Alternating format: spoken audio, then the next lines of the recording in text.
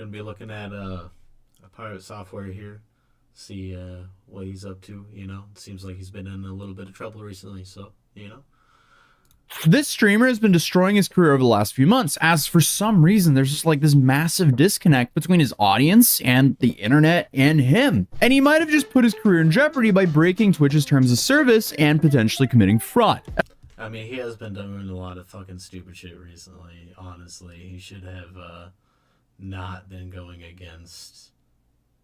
I mean, he's just going against the gaming community with this whole don't kill games, that thing. You know, I don't know why he's against it. I mean, he should be for it, but whatever. I mean, overall, this has just been one of the craziest domino effects of nothing burgers that I've seen in a long time. But as usual, he doesn't even understand why people are frustrated with him to begin with. Essentially, what's been happening to his career over the last few months is death by a million cuts. There is no massive drama or controversy that has really caused all of this. It's rather just countless moments of him messing up and refusing to acknowledge any of his mistakes whatsoever. And then when he yeah, the refusal to acknowledge anything is crazy, man. It is ridiculous. Refuses to acknowledge any mistake, he then doubles down and tries to gaslight everyone by saying, actually, I'm the one who's right, no matter what. I mean, if Pirate Software was placed on an island with a rock and whoever admitted they were wrong first would get to leave the island, they would both be stuck there forever. So he's so right. He's so right. This man is stubborn as fuck. So obviously, today we're talking about the streamer by the name of Pirate Software. And to give you a very brief backstory, he left his entire team to die in a video game where you only have one life. He constantly critiques games and their developers, even attack...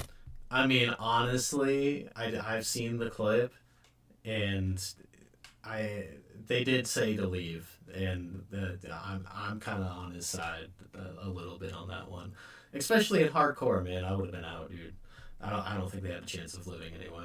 A whole movement that protects older games from becoming outdated. He seems to have some god complex he acquired because he worked at Blizzard as a website security guy. And also, by the way, if you didn't know, he's definitely worked at Blizzard. Oh, and he also worked as a person who detected cheaters in their games, which is kind of ironic considering recently he was exposed for blatantly cheating in puzzle games. Basically, he was on his phone during the stream and suddenly went, oh, I know the answer. And everyone was like, well, is that because you Googled it, dude? So Pirate then responded via stream and said that he did not cheat and seemed pretty taken aback that people even thought that he would ever cheat. Why did you cheat in Outer Wilds? What? How the hell would you cheat in that game? How the hell would you cheat? He knows how he cheated, man. Bro, we played it all live on stream. Alright, bud. It's a wild-ass thing to say. What the hell? Essentially, this dude is a love child of hypocrisy and deniability. Oh, and again, did I mention that he worked at Blizzard? I was watching a video that was critiquing you for mentioning you work at Blizzard so much. I literally never talk about it.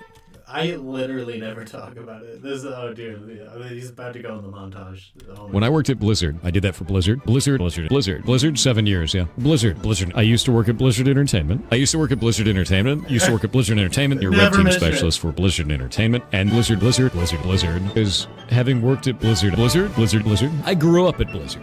I don't think I'm better than other people. There's a lot of people that brought that up. And it's like, I never said that I was. I think sometimes the things that I talk about in regards to those types of things is misconstrued as arrogance or boasting. When in reality, I'm just trying to give context.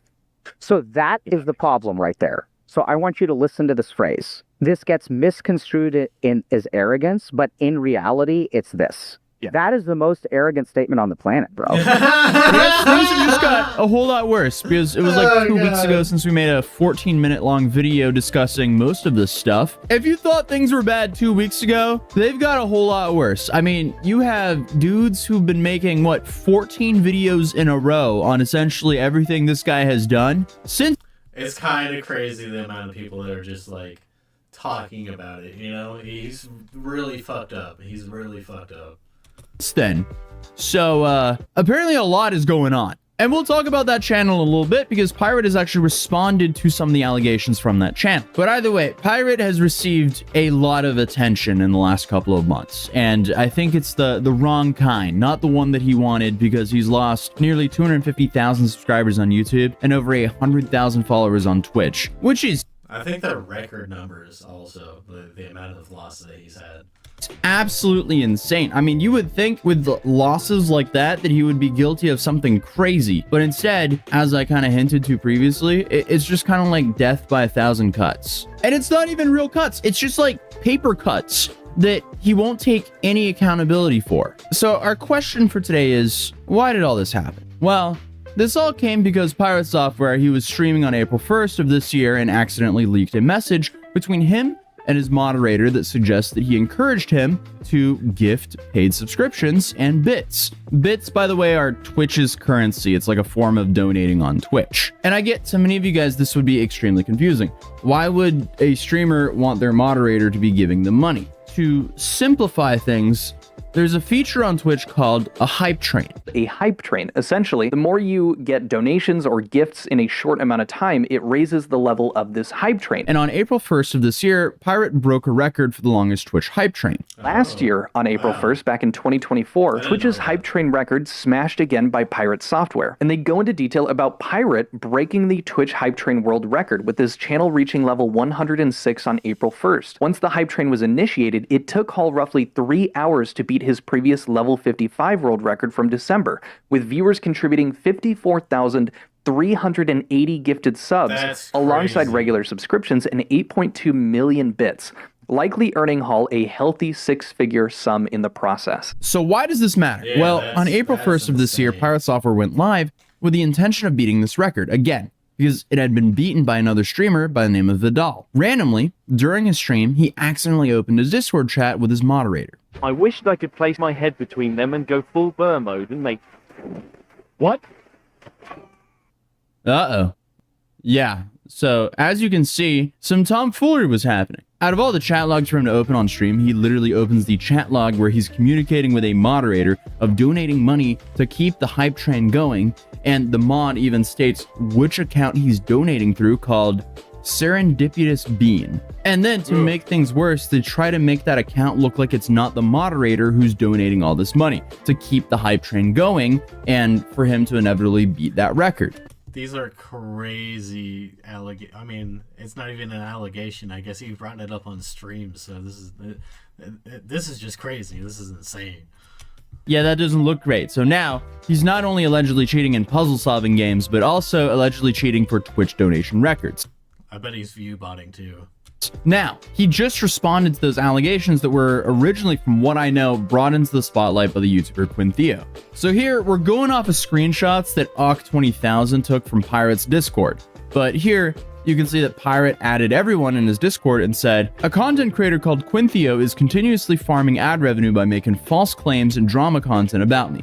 Recently, he claimed that Kronos broke TOS by giving bits/subs to the Giga Train in April. Kronos used his own money to do this and can do what he likes with that money. Below is some information with receipts about all of that to refute the false claims about the situation. The creator has changed his entire brand into Pirate Software hate content for profit, as shown in image 4. Prior to this year's April 1st Giga Train going live, I made the announcement that I would be receiving 0% of the profits. Of the profits from the train, 50% would be going to the moderation team and 50% would be given to the ferret rescue. This announcement was made on March 29th, 2025, so the community was well informed of this. You can find this and attached as image 1. The total income from the Giga Train was 75,000 rounded up to the nearest thousand. This means that half of the train was 37,500, and that amount was then split 15 ways to all the staff besides me. That means each staff member received 2,500. This was announced to the community on April 9th, 2025. You can find this attached in image 2. Kronos threw 75,000 bits, 100 T1 subs, and 40 T3 subs during the Giga Train at around level 60 plus. He bought all of this in pounds, which came out to about 2,000 pounds or $2,800 after conversions. You can find these transactions attached in image 3. Further, subs are not one-to-one conversion and neither are bits. The subs show up as about 68% of the overall contribution coming through, and bits are normally 82% when purchased in USD. However, doing this in pounds makes the conversion much worse. This means you are spending about 300 pounds or about $400 to get $250 in bits, which is a 62% conversion rate. So in total, Kronos spent 2,815.75 to add 1,830 to the value of the Giga Train, which was then cut in half to 915, because half was given to the rescue and split 15 ways to all staff members as $61. All staff are paid in USD and must convert to their own currency, which is another loss on top of this. Each conversion reduces the total income for any divided staff member that wishes to do this. And he sums it up with the TLDR that no, Cronus was not directed to do this. He was not compensated for this. Yes, he lost money from doing this. No, the Twitch TOS was not broken, no matter how many people try to claim otherwise. You now have the receipts and the math to prove this. Thank you for coming to my TED Talk. Okay, well, what stands out for me here is why didn't he address, them purposely plotting to donate under another account than Kronos' main account? Yeah, there's definitely some weird things going on that he's not addressing at all. He's just kind of glossing over all the facts, and he's making it seem like, he's putting himself in a good light.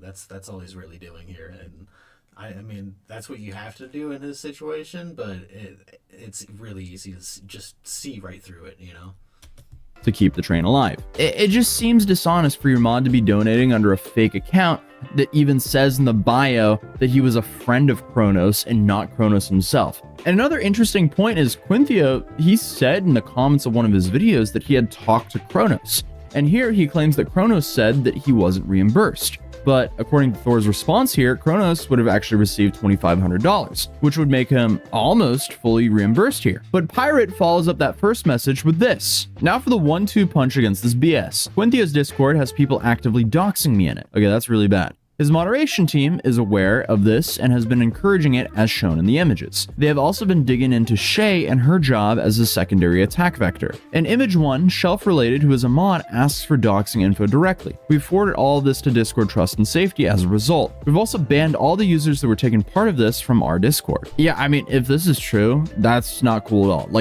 Yeah, doxing is messed up, man. Honestly, people get in a lot of trouble for it. I mean, that's a lawsuit, honestly. It's not worth it.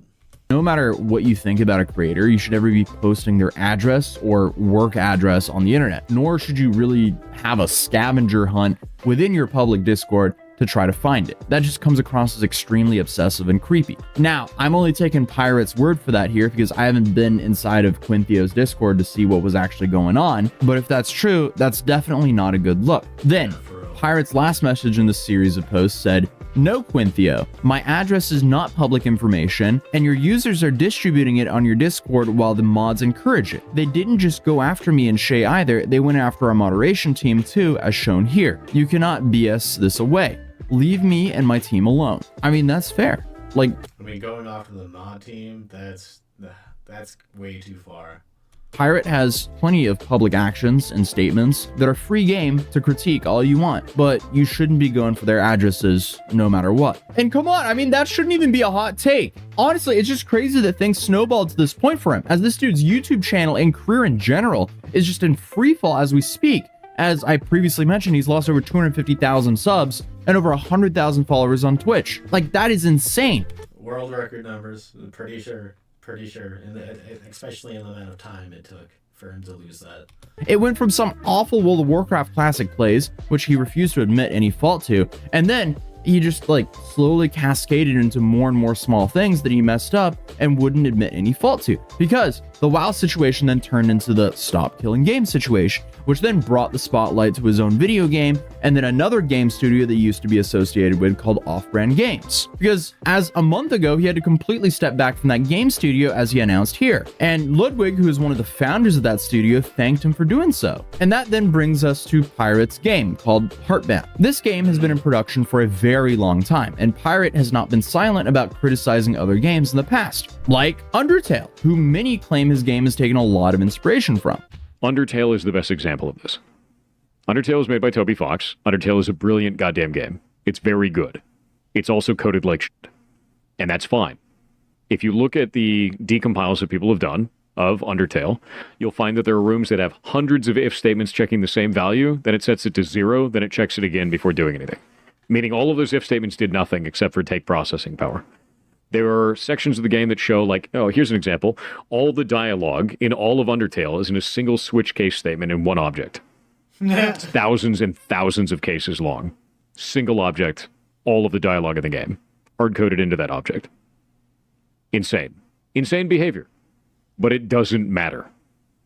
You can be bad at programming and make a brilliant game that changes the entire industry. So obviously, if you're talking like that, you better have some really good code when it comes to your game. And No, I don't think you do need to have good code if you're talking like that. He basically said that it's okay for the code to be janky. That's what I heard anyway. And to even double down on that, Pirate went on to say that his game was uncrackable. You could not pirate his game, which someone proved to be wrong very quickly. In this pretty viral thread on Twitter, the user by the name of Peach2K2 pointed out that the code is messy and badly organized. It has lots of inconsistent formatting, confusing variable names, and missing comments make it hard to follow. Essentially, Peach here waved a red flag about Pirate Software's technical skills and professionalism when it comes to coding games. And this also caused more people from the game dev community to start looking into this guy's code. And this I mean, I feel like some of the tagging things don't really matter if he's the only person that's working on it. If he knows what everything means, then it's not really important that anybody else necessarily knows what his tags mean. They don't have to be super explanatory in that case, you know. It wouldn't even make sense to over-explain them. Like, why would you do that if you're the only person that's working on it? But I don't know if he is or not, so I can't really speak on that. If he isn't the only person that's working on it, then yeah, he probably should have a better system for getting people to understand what he's doing there, you know. This includes a guy that goes by Coding Jesus. And here he made a 14-minute video where he essentially says the code of his game is embarrassing. Honestly, if I was claiming I'm a game developer with 20 years of experience, this would be embarrassing to have online. So Pirate took offense to that, and he went on to claim that his game Heartbound, it was coded so well that it could run on a smart fridge to show its efficiency. But it turns out the game was allegedly ran on a PC and mirrored to the fridge screen. It is irrelevant to increase performance on a game that runs on a smart fridge. The day my devastating video on Pirate Software's slop lighting system dropped, he did an 8-hour cope stream, justifying the slop by referring to the fact that his game runs on a smart fridge. So let's analyze what's really going on. Here's the video of Heartbound running, quote-unquote, on a smart fridge. Let's rewind a little. What do we notice here? We notice that the game is actually being run on a laptop and streamed to the fridge using a Raspberry Pi device. If we zoom in a little closer, you can see it says connecting to HeartBridge, which is the name of the laptop and the hotspot connection he set up. Okay. In this case, the screen simply acts as a controller. Everything is running on the laptop, and the actual output is just being streamed back to the smart fridge. The fridge isn't computing anything itself. To emphasize this, here's a video of a washing machine running Death Stranding. So when your game runs at perfect performance on a smart fridge inside of a Lowe's, come back and talk shit. So Pirate made that video revolving the fridge, and we already saw Coding Jesus' response. So I guess, again, he made some weird response to try to make himself look like a genius. It's never that serious, and I'm very confused in why he's trying so hard to come across as like the smartest dude in the room. Because by trying to do so, he's kind of proving to the world that he's not that. I mean, the dude is just actively destroying his career live by continuing to double down rather than admit fault and fixing mistakes. It is absolutely insane the amount that he's doubled down on everything. Honestly, the smart fridge thing, I did not see that clip, did not see the breakdown at all before, so that is wild that he lied about that. I don't think he even needed to, especially with, honestly, his earlier statement about Undertale's code being jank and it not mattering because the game itself was good is a good take. But, he was trying to cover up for the fact that his code is jank, I'm pretty sure. And it is, apparently, so... He's like, imagine if his response was, yeah, this is my first game, I'm trying my best here, thank you guys for supporting me, rather than allegedly staging this whole Best Buy refrigerator clip, which he only got caught doing because he was being sloppy, in a similar way that he got caught with the whole donation train thing. Either way, though, this dude is guilty of committing cringe, but under no circumstances should he nor anyone close to him be doxxed. But hey, at least he didn't get like $6 billion in contracts and build only half a house like Akon did in Africa, because that's just an insane story that I would recommend you guys checking out there. But other than that, hey, if you're new here, feel free to subscribe, drop a like on this video, and I'll see you guys in the next one. Peace. Yeah, it is so. I've done ranking streams in the past, but there's a problem. We're not watching Ludwig. I'm sorry, my guy. I'm gonna turn that off. All right, I do have a couple more videos that I'm trying to get into here. Let's. Gotta hit up our UK boys. Yes, sir. Today we'll be turning fast food into a 5-star gourmet meal. And at the end of the video, a Michelin star chef will come and try the food to decide which one is better. My opponent today is none other than YouTuber, boxer and child entertainer King Kenny. You'll have 10 minutes to prep and 20 minutes to cook. And you're only allowed to use these regular household products to transform your fast food into a gourmet meal.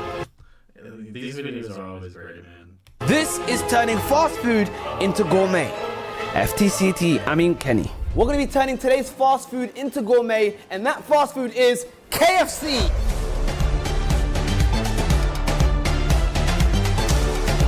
Ladies and The one thing these guys can't do is cook. They're fucking horrible cooks. gentlemen, welcome to another cook-off video. Today we are turning fast food into gourmet. And I'm up against a guy with no hairline and a negative record in boxing, in cooking, and life. Let me explain what we got from KFC. So we have 2 Zinger burgers in front of us, some spicy rice, some new French fries, and chicken popcorn. And we have to turn this into a 5-star meal. I don't know how on earth I'm gonna On my life, this is probably gonna be the video where everything goes left. Yeah. But before we get into anything, Kenny, how's your cooking skill? Let me just say that I didn't really have a great presentation to the world when it comes to the Beta Squad shoot. So now, No, he cannot cook. this is my redemption. You know what? I've been working. Usually, I'm against the person I'm fighting. Yeah. Today, I want you to do well, bro. Thank you. Let's go. Anyways, no more waffling. Let's go pick our homemade ingredients. We are at the ingredients area where we're gonna pick up some stuff to help us make our fast food gourmet. Kenny? Yes. You can go first. I get this. Hey! I'ma go for egg. The chopped tomatoes. Super noodle. Come on, Kenny. What are you picking next? Paprika. Okay. Paprika. Oh, that's not paprika. I've won Paprika is crazy. already. This guy doesn't even know the difference between ingredients. Are you telling me he's gonna win? Red onions. Oh, that's These the onions healthy here one. That's the are healthy one. rubbish. Hey, because I was gonna get them next. Alright, you know what? I'm gonna go with chicken stock. Alright, cool. We're gonna go for the different pot noodles. What on Chicken and mushroom. You know, honestly, Kenny's ingredients are looking a lot better than AJ's right now. Go with chicken. Chili chose. I see where you're going. Number 1 Chinese. Sweet chili sauce. Salmon. Damn. Yeah, enjoy that I salmon. hate fish, but Word, how is that gonna work? You don't even know how to cook fish. You've never made fish. every single person watching this right now must be thinking, AJ, why did you go with seafood? Why did you go with fish? Big IQ play. I'm not using that fish to make a meal. I'm using that fish to make it look like I'm gonna fail. But in reality, I'm making the craziest dish on the low. He's gonna think, oh, you don't know how to cook fish. Yeah, he's never tried fish. Shut your mouth, Kenny. You've got no brain cells. I'm 1 step ahead. This is why you always lose. Yep, very happy with what I chose. I've got a serious idea and I can't wait to execute it. There we go, guys. The ingredients have been picked. I've got my stuff right here. Kenny's got his stuff right here. You know, Kenny has actual ingredients. He doesn't have a bunch of instant soup, so honestly, this might be better, but we'll see, I guess. Let's begin the prepping. Kenny, are you ready? I'm ready. Well, our 10 minutes of prepping starts right now. Okay, so this is what we're doing. What happened to the good Kenny? The fact that you're already jumping on the KFC is crazy. Do I have any idea of what I'm making today? I'm not gonna lie, I have no clue. This is my gourmet debut, so I'm pretty much gonna freestyle this. Yeah, my hopes literally just went out the window. Like, they're so gone. And see what happens. I think for me, right, the thing is, when you've got this, you can put the whole shebang in here and make it gourmet. All right, so boys, I'm just gonna start prepping some stuff, okay? I don't really know what I want, but while I'm prepping, I'm gonna try and understand what I want. But red onion's my favorite. We're gonna start off with that one. If you guys wanna see some tricks, and let me know. This one's right here. It's one of my favorites. So what you do is you go right in the stem here, and then pull through like this. Bang, bang. And then you should have a perfectly cut onion. Why are you copying me? What do you mean, why am I copying you? Are you going for the onion first as well? Now, one thing I do on this channel all the time is pick red onions. And another thing is I always start with them. And then I saw Kenny starting to copy me. Man! I already won this coffee. This is too easy. Would you say you like winning? 100%. Then why didn't you do that in the You're recipe? gonna cut the onion right now. Yeah, That's my see, question. there's no. Okay. You know, I'm curious to see how you cut your onions. Everyone, please don't try this at home. It's like this, like this, like this. No, You know what? I'm doing it my own way. He's doing it messed my own up. way. Yeah. AJ, when was the last time you cooked something? Like from scratch? I went on a date recently. Oh, okay. How did that go? She didn't arrive. Not like AJ's taking a very long time to cut the onions. Let me just show him how the professionals do it. Watch me. See? Look at that. yeah. Look at that. He's got Finely the tech. chopped He's got onions. the Look tech. at that. Ask anyone, bro. Even ask Nick. Yeah. Nick would tell you this is how we chop these onions. Nick Yes, sir. Giovanni is a very popular chef YouTuber, and I actually watch him very often just to get my cooking skills up. So I know I'm gonna come up with a dub today. Hopes went back up. Hopes are going back up. Bro, I don't know what the hell I'm gonna do. Well, sounds like a you problem. Can't relate. I don't know what to do. This is good news for me. I'm just so ahead of it. Guys, while this idiot here is cooking, I'm realizing that the walls here are very, very empty. So this is a perfect time for me to tell you guys about this plate. This plate creates high quality metallic posters designed to capture your passions. These are super durable and much more reliable than the standard print posters or canvases. With over 2 million designs on their site, there's something for everyone. You can explore original art or pick from official collections like Star Wars, Marvel, Call of Duty, and loads more. I even grabbed some displays of my favorite anime characters and the quality is seriously impressive. You see, mounting this display onto this wall right here, it's gonna be very simple. No tools or drilling is needed. Just a clean wall, stick the leaf, place the magnet, and snap your display on. That's it. You can even level up with display texture. It adds even more premium print finish, tactile textures, and 3D contours to really give your displays a unique feel. And just like that, I've got the display on my wall. So what are you waiting for right now? Click the link in the description and check out this plate. And make sure you use code AJ for 37% off. Go do it right now. What I'm grabbing next is I want to grab Blendy, blend, blend. the burger. Genuinely, I don't know what you're doing, but it looks disgusting. Yeah, man, that's fine. Ugh. That is a very, very odd way to blend bread. I didn't even know bread could be blended. I'm very curious to see how this is going to turn out for him. Hey, I know exactly what I'm doing, but this nuts next to me, he doesn't know. He doesn't know anything. I have a plan to win this game, and I'm slowly gonna execute it. By the time he figures out what I'm making, it'll be too late. He'll be done. Anyway, when I'll be honest, AJ is looking pretty vile right now. That is not looking good at all. Kenny is definitely, I mean, he's got veggies, he's working with the chicken right now, it looks like. He's way better position. it comes to the chicken, I'm making some strips. All right, now that's prepared as well.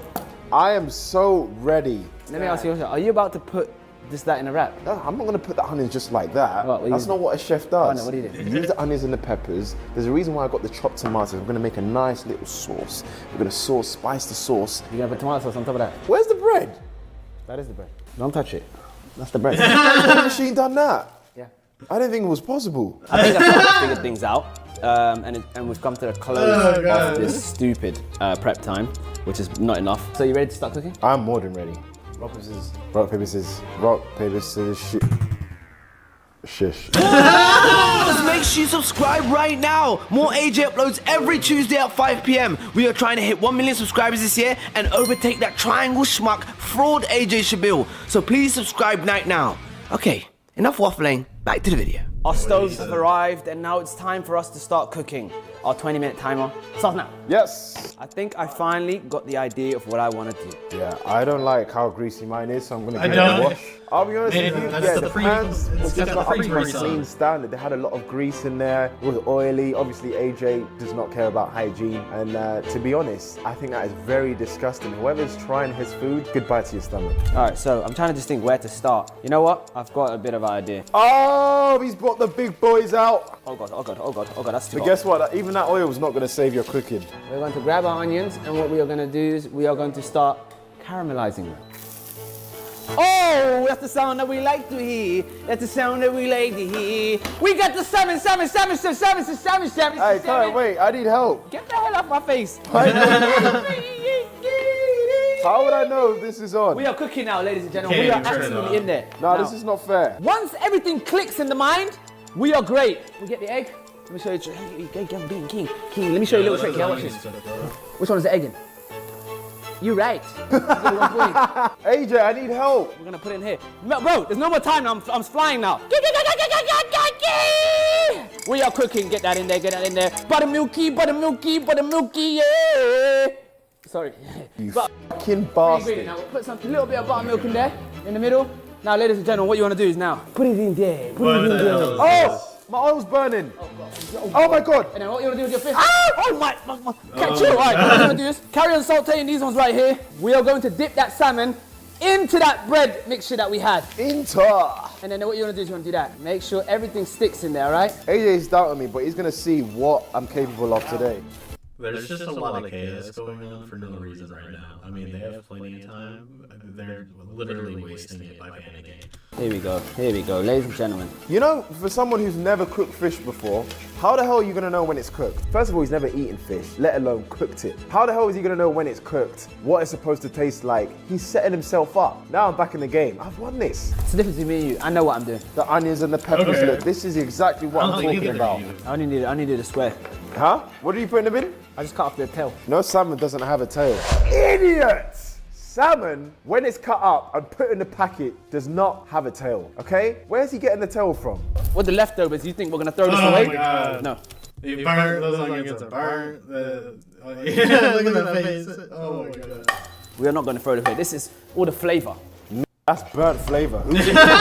Hating with your fucking dry tomatoes. This is not dry. Genuinely, this Wait, is... you making pasta, yeah? Oh, I forgot my chicken stock. It's time to finally tell you guys what my plan is. This fish that I'm cooking right here with the breadcrumbs, it seems smart, but it's not actually what I want to make. I want to make like an oriental style noodles dish with egg, some crazy chicken on the side. Like, I've got ideas right now. I just need to figure out how to put them on the plate. Oh, yo.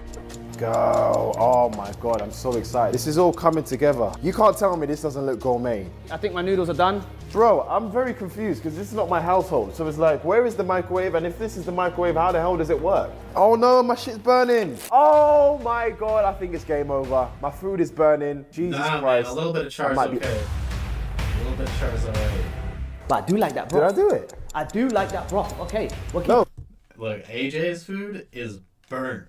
Like, those onions, they could be okay. I'm not gonna lie. It depends on how they mix in. Sometimes a little char is pretty good.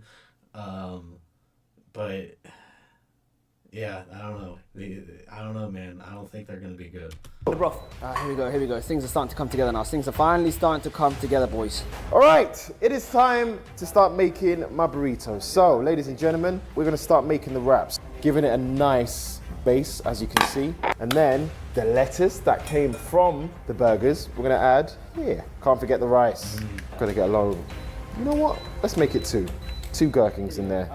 Oh my God, I'm telling you guys, this is gonna be phenomenal. Let me get this right. Hold on. Let me get rid of this. Don't smile like that now. Don't smile like that now. When I tell you, we make the bit by bit. I was very surprised that it was all starting to come together for AJ. It was a bit of a rocky start, but now it's starting to get really competitive. I would add some popcorn chicken, but it's like I don't really want to kill whoever's trying this. Now it's time to put the chicken sauce that I have made. Alright, I've just realized I don't know how to fold a burrito. I don't know why, but it's just dawned on me that I've never actually made a burrito before. He's never made a burrito. I've eaten a lot of burritos, but for some reason I can't get the folding right. I don't know if you start from the middle or you go from the... Yeah, I don't know, man. I think he's cooked. Oh, I think this is it. Look at that. That's not it. You just started a fight. No, I didn't read your food. Don't even try it. See what I'm saying? I knew you know, I hope I got the burnt texture though. Oh my days, what I'm doing, the stuff that I'm doing today, guys, I am moving absolutely nuts. Re-seasoning the chicks from KFC. That might be over-seasoned. Why would you want to season an already seasoned chicken? Now you must be wondering, AJ, why are you seasoning chicken that's already been seasoned and fried? I don't want it to taste like the KFC seasoning. I want it to taste like my home seasoning. Okay. So I'm changing the flavor up a little bit to match my oriental cuisine with some chili oils and some oregano, salt, paprika, all-purpose, everything. All purpose? Okay. Honey. Alright, cool. Stop looking at me. Well, I'm ready. Yeah, predictable. You're gonna do all that and it's gonna be absolutely shit. Oh! It was a good game though. Well, that was a good game. We don't know if you've looked. You know it's a good game though. Okay, we don't know if you've won. You know it's news. Guys, I am so lucky this table right here is about the right size. I'm not gonna say the glaze was a good play. That was a good play. To hide the blood circulation going down below from that crazy chicken I just tried. If you know what I mean. Kenny's clearly salty. We're gonna clear up the place and then have our dishes presented, so let's do that. Cooking is complete, and now it's time to find out who's made the better gourmet meal. So we have a Michelin star chef that will be joining us. Bring in our Michelin star chef. Sorry. Oh. No, not James. Not James. James is the Michelin star chef. Are you taking the piss? Gordon Scamsey. Gordon Scamsey. You gotta understand that this came from KFC. So if I go gourmet, they want to throw a dry wrap and score one. Yeah, in front of the chef is crazy. Can't lie, obviously you know me. I'm a very professional chef. We get things done on time, and obviously during that time that it was ready, it got cold. So I mean, it's only right for me to just give it like a little 40 seconds warm up before James, Michelin star chef, actually tries it. This comes from the Zinger burger. Have you heard of that? I've taken the fillet from the burger, I've chopped it in half, got some onions, finely chopped it, got the peppers, got chopped tomatoes, and I've made a sauce. Right, yep. This was handmade bread from scratch. This guy is yapping. Oh my god, and his breath stinks. Not close to Nico, but close enough. I won't tell you that. I'm pretty sure KFC sell their own wraps. Yeah. And I actually think they look better. Here's some KFC wraps, and this looks 10 times better than anything I've seen Kenny deliver right now. He's done, bro. He's cooked. He's actually cooked. It's game over. But you got to get. What the hell are you doing? Yeah? Why the hell is that hiding at the bottom there? So, what gourmet places do you be? You want to chat to me? So this was KFC beforehand, okay? Off the bat, this looks mental, by the way. This is very great presentation. Thank you. Over here, I didn't Damn, like the seasoning on the chicken popcorn. I re-seasoned it with chili oils, and it's glazed off with honey. No, that's creative. And I like you didn't just slap it in a random dry piece of bread. I'll let you start. Yeah, I'll join you as well. Could have done with more spice, I think. A bit more spice, maybe a bit too much honey. Quite sweet. Do you want to try one before you start getting up about that one? Yeah, good. It's going to be a big I bite. just want you to bear in mind, AJ doesn't like fish and he's never made fish before in his life, so how do you know if it's even cooked if you've never had fish? Spices are nice. It's leaning a bit on the watery side. I think your broth could have done with a little extra work, but the presentation's gone far. I appreciate that you bought it. This it was like to dip actually. You sold this dish wrong. That's the way to sell it. Dip one of those in there. Oh my gosh. You can't do that now, it's too late. No, that's my idea. So I will be winning the Exactly, challenge. yeah. Let me break it down. Aesthetics. AJ, you take the crown on this. It's without a doubt. This one is. Let's not even talk about that. Then we move on to creativity. You put a piece of tomato and chicken in bread, and you said gourmet. You've actually gone for a whole new genre of dish. So that's 2 points to AJ. Flavor and flavour. Kenny, I like how you tried to poison me with the gherkin. That's creative and that's tasty. But yet again, it seems we have a 3-0 for AJ! This is rigged, man. Yes! Michelin star. I've won so many Michelin stars. But yeah, I lost. I'll be honest with you, yeah. You see how AJ saved himself was because of the fucking popcorn chicken. Bro, all he done was get the popcorn chicken, dashed a bit of honey in it, and James all of a sudden got wet over it. It's like, bro, listen to the main meal. The main meal was the shit ramen that he made, and it tastes garbage. I don't even remember James saying once it tasted good, whereas my one, there was a bit of a chance, there's a bit of hope. But AJ's main meal was disgusting. I think this whole thing is rigged. And there we go. That was such a lie. You know, I am not gonna lie. I did not have faith in AJ with the ingredients that he picked at the beginning, and I really do think that if executed well, Kenny could have taken it away. But AJ took it. Another Michelin star. Guys, please put down in the comments who you want me to play next. Any YouTuber, any chefs, anyone. You'll get smoked. See you guys next time. Peace. Yeah, I don't know. I love. These boys here barely know how. Not gonna turn that off. Okay. I love these cooking videos with YouTubers that don't know how to do it at all. They're always super entertaining because I cook somewhat, you know. I'm not horrible. I'm better than Kenny. But yeah, it's just entertaining to watch, you know. It's a good time.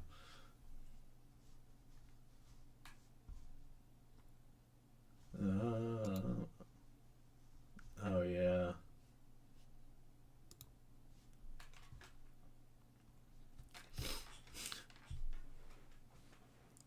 All right, so we got another video here. We got Tommy G. I spent 48 hours as a firefighter. These are normally pretty interesting deep dives on a certain career, you know. I definitely find them interesting. Definitely enjoy these videos. So, you know, let's get into it, I guess. Yeah.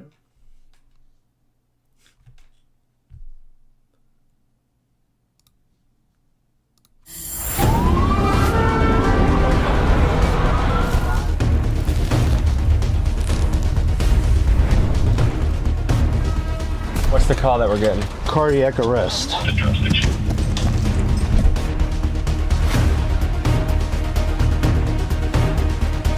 All right, guys, we're getting called to the scene of a shooting right now.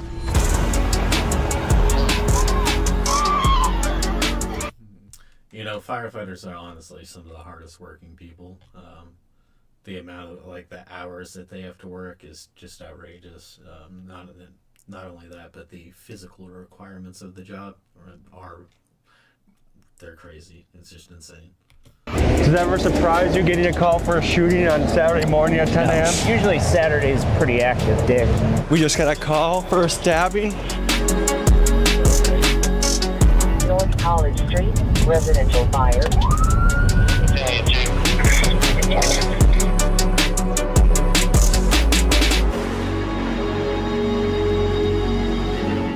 House fires, car wrecks, shootings, and medical emergencies. For these firefighters, this is just a regular day on the job. We spent 48 hours embedded with Akron, Ohio's most high-action fire department, sharing meals one moment and racing into life or death situations the next. In fact, within 5 minutes of arriving to the station, we were called to the scene of a fire. Today, folks, we go boots on the ground with one of America's favorite professions, firefighters. Folks, I'm outside enjoying Big Dog Summer with my guy Frank, wearing the new merch. These are flying off the shelves. Part of it is because they are impeccable. The quality, the t-shirt is very nice, but also just look at the screen printing detail on these. Get yours while supplies last. TommyJMcGee.com. We also have trucker hats, hoodies, and more. Whatever you like is on the site. So go ahead, get yours. And now, folks, to the fireman. We were just in the briefing with the Akron Fire Department, and we got a call for a residential fire. So we're cutting the meeting short.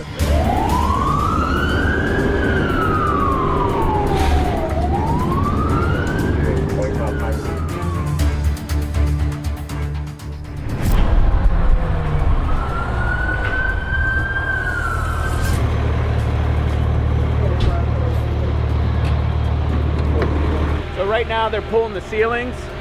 Just looking for fire extension that might have gotten up into the attic. Knocked most of the fire down. So we're on the scene right now. Okay. We're trying to figure out maybe what the source is.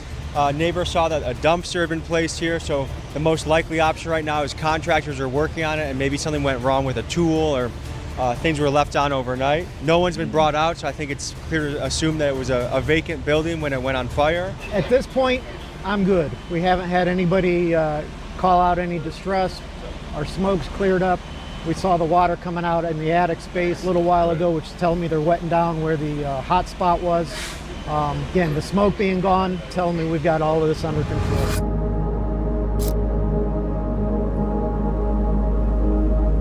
It's crazy that, you know, he showed up and to have a meeting with these guys, in the middle of that meeting they get a call to be able to go out to a fire like that, you know?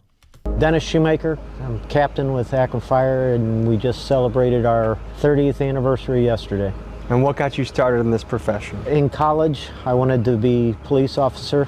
I think I was in about my second year, and I had saw a test for the fire department that was already going on My uncle had been a fireman. I always had an interest in it. Just something in me clicked right then that I wanted to switch.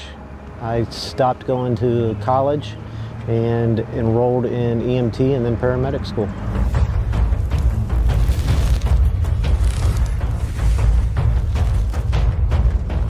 Yeah, I couldn't do what these guys do.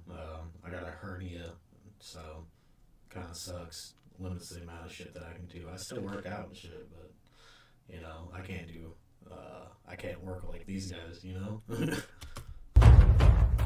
Is it too early to say what the source of the fire is or where it started? Yeah, because our arson guy, he went in, took all his notes, takes all his pictures, then he goes back to the office, goes through everything, reviews everything, and then he'll make the determination. I have a bread and butter one, no basement in this one, so it's a pretty easy one.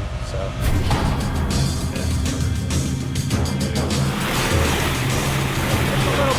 Right there. All right, keep turning. We're good. All right, guys, we're sitting out here at the firehouse waiting for the next call, but in the meantime, there's something I gotta tell you about. A lot of you guys out there are playing games on your phone for free.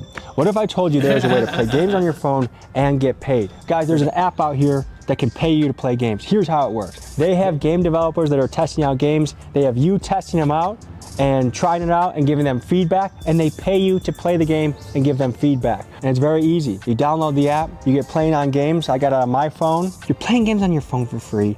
You're not making money. It's not adding up. Download this app, get started playing games and making money. The creators of this app wanted me to tell you that if you make in-app purchases, not only do you level up faster, but you actually make more money as they reimburse you and get you along the way further. All right, guys, and now back to the firefight. Early morning with the chief. Chief, what time are you getting up? I saw you. He just said if you spend money on this app, you'll make more money. And I don't know how that works, but it does not seem right to me. You come in at an outrageous hour this morning. I get up at 3 o'clock every day. I believe in holistic care, holistic health, sauna, as far as our chemical decon unit. Just so the people back home know, how old are you? 59 years of age. And I've been doing this for 35 years with the Akron Fire Department. Damn. I served 4 years in the military, and I worked for the city 2 years prior. So in uniform or working for the city, 41 years of my life of sacrifice. What motivated this? Wanting to help. Yeah, man. That's a long time to be doing the same thing. Long time. This is an engine. Every station has a fire engine. Carries water and hose. 4 stations have a ladder truck. This is a foam truck. This is a bariatric unit. That's a command car. That's for the battalion captain. Med unit in front of it. This is the chief's car. Now we're going to walk back that parallel hallway. This is the main area where we sleep. So this is it. So see, we have that speaker. So we can change this, the intensity. So I can change the volume of this. I put mine all the way up. I can change my light intensity. So I can lower my light or increase it. And you share this room with 3 people. Uh-huh. You rotate. Mhm. Anything in particular you keep in here that's like a personal memento or important to you? Yeah, these. I've lost the one my daughter signed, but yeah, the one my daughter signed, this. And then this is from my mom. To keep you safe on the job she gave it to you. And what do you love about this job? Get to help people. It's a good job. You're never going to get rich, but I mean, the guys, you truly do get to make a difference sometimes. I mean, it sucks when you don't. Bad things happen to good people every day. All we try to do is get them out of it. I remember my first dead person or body or whatever you want to call it, like it was yesterday. All right, guys, we're getting called to the scene of a shooting right now.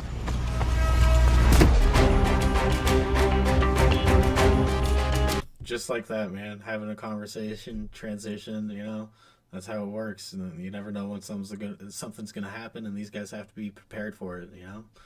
And God bless them for it. Usually pretty good about pulling over for you guys? No.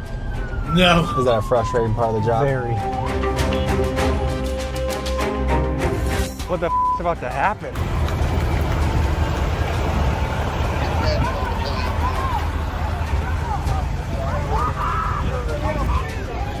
Damn.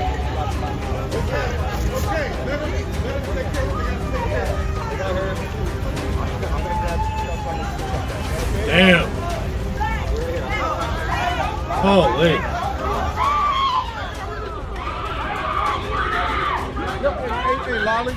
Apparently, this car crash was connected with a nearby shooting. Details were still unclear, and it felt like chaos was threatening to take over the situation. What kind of stuff do you see on the job? I mean, you name it. We've had shootings, we've had stabbings, car accidents, people trapped. I feel like I've seen it all.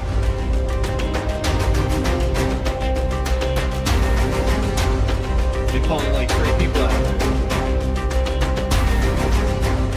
Let them figure it out. Chat his ass. There's too much going on right now. Even securing a scene from a car crash, things could have gone south very quickly here. And there's enough people that I wouldn't have guessed that going to the scene of a car crash would be risky for anybody. We're in an area where things go 0 to 100 really quick. In a situation like this, with a bunch of moving parts, we got cruisers flying at a high rate of speed. We got EMS trying to work on people. We can't have people running up and distracting us from possibly life-saving measures. It almost got a little, there's an altercation that happened. It got chaotic, and you guys put a squash to it quickly, but that could have brought the whole thing sideways, huh? Oh, yeah, absolutely. He just ran onto the scene and kind of got himself arrested. Like, if he just acted calm, nothing would have happened to him. Yeah, absolutely.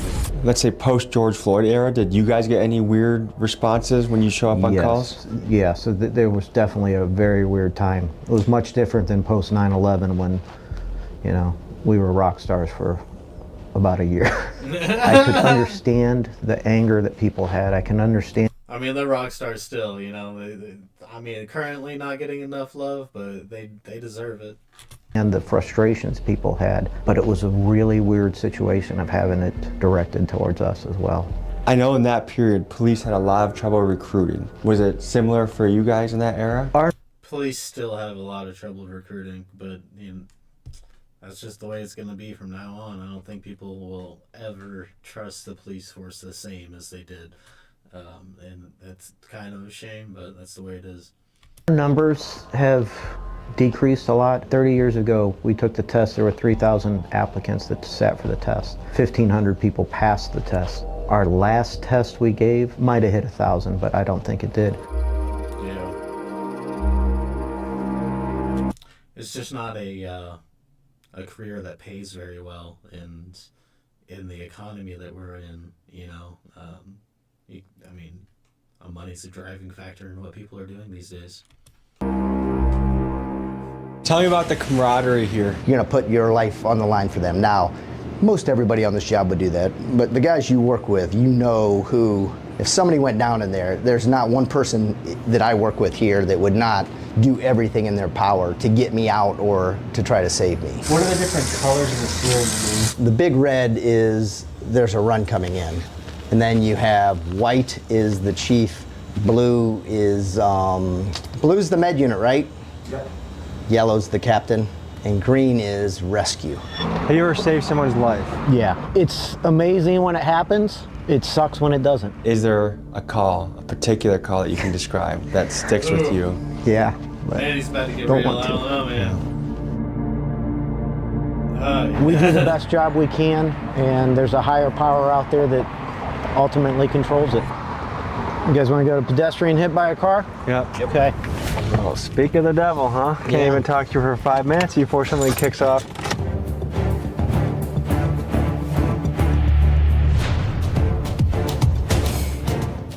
You know what the story is so far? He was sitting up out of the street when the companies got here. So they're just going to stay here blocking. It looks like minor injuries. He was walking across the street and a vehicle didn't see him and struck him. A hit and run though? No, vehicle's right over there. Okay. So minor injuries, just bumps, bruises, but it'll be all right. One thing that impressed me that I've seen so far is very quick response times. I mean, people are getting service within 3 to 5 minutes of a call. Yeah, that is definitely the goal. Engine 2, Engine 4, Ladder 7, Battalion 2, Battalion 4, Med 3, 110, North College Street, residential fire. North College. No, that's a freaking hotel or apartment building. Cool.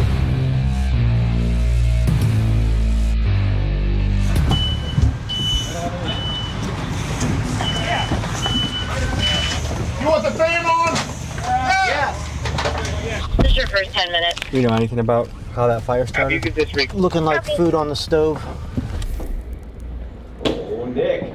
There you go.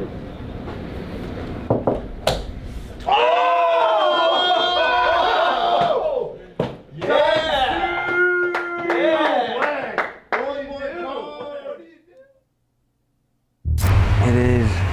You know, at least they're having fun. But the shitty thing about being a firefighter is the shifts that they work.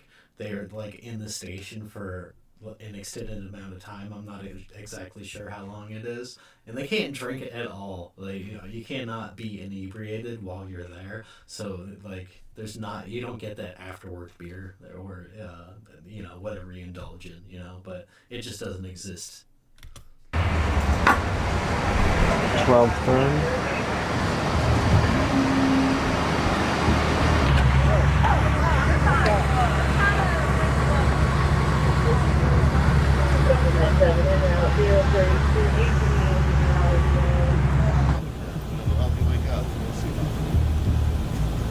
Wake up for me.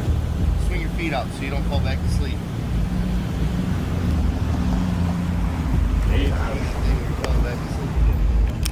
So this took place apparently 50 feet from the station. It was somebody passed out behind the wheel of a vehicle. We actually, PD woke him up. He knew where he was at. He knew what was going on. He said that he did not want evaluated by us. I can speculate as to why he was parked there at a stop sign for that long, but I don't know for certain. But he didn't call on himself. Someone else called. No, the women that were on the sidewalk, I don't know if you saw them, they called. They lived right around there, said that he'd been parked there for a while and called. There's not a lot of jobs. You drive down the highway and look at all the signs on you're going past, and you look, would I want to do that job? There's not a lot that stand out to me. This is a job that I think you can genuinely change someone's life and have brotherhood and have purpose. Oh yeah. So I appreciate what you do, man. Thank you for doing this with us. No problem. It's been fun. Thank you, brother.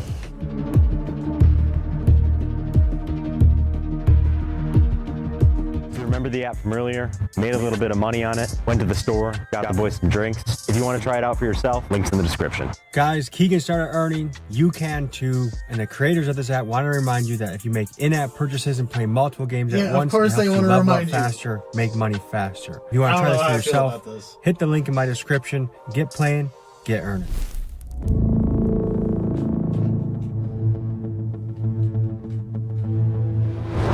Guys, so it's shift change right now. A lot of guys are leaving.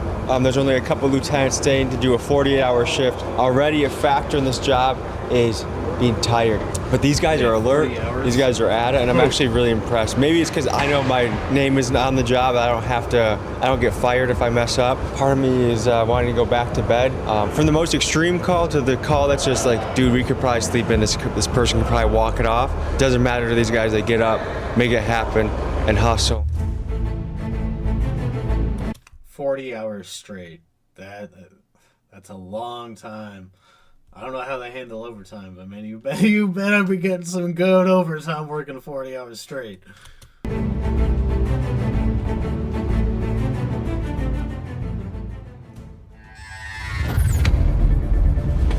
What's going on, brother? And what's the call that we're getting? We get cardiac arrest. So what's going through your mind in a call like this? Make sure I know where the med bag is, especially since I'm new, whether or not I'm gonna have to drive the engine back, since they're gonna need all hands on deck in the med unit. So this is one of those things, no matter what you're doing, working out, taking shit, you go as soon as you can. Yep, you can get up and go. My name's Chris Strong. I've been a firefighter for about 8 months. I got to the line March, so probably about 4 months as on the line firefighter. What's it been like going on runs? It's been exciting. You know, you get the nerves, your adrenaline's pumping, you're not sure what you're gonna go into, all very new. Has there been any situation yet where you're like, holy shit, I can't believe I'm here? We got a call, a residential fire. We pull up and you can just see the fire spilling out the back window and front window. I'm like, holy shit, I'm about to go in there. Holy shit, I'm about to go in there. Yeah. Grab the right hand. I did forestry firefighting for a little bit, not like super long, but we did some, I did some residential fires, you know.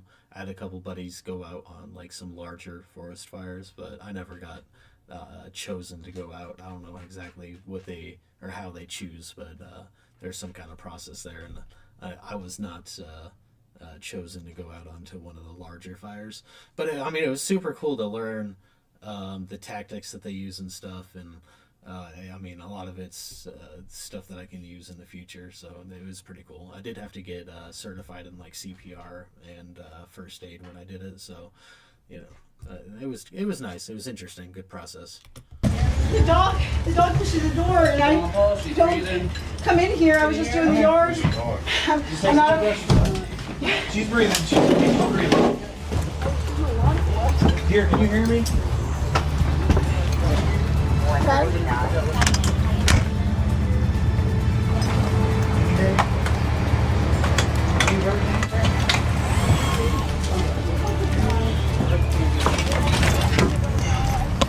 All right, dear, we're gonna move you over onto the Zrees, okay?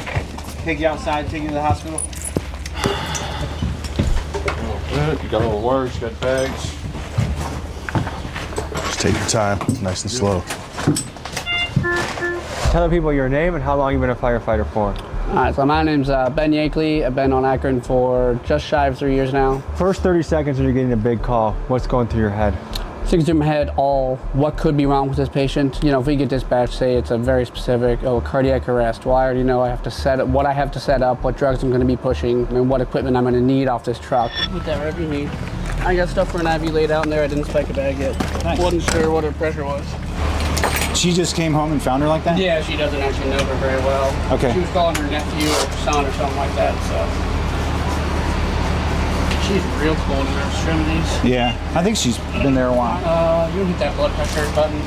20 left wrist. 20 left wrist. Thank you very much. It's good flushes. Good for you.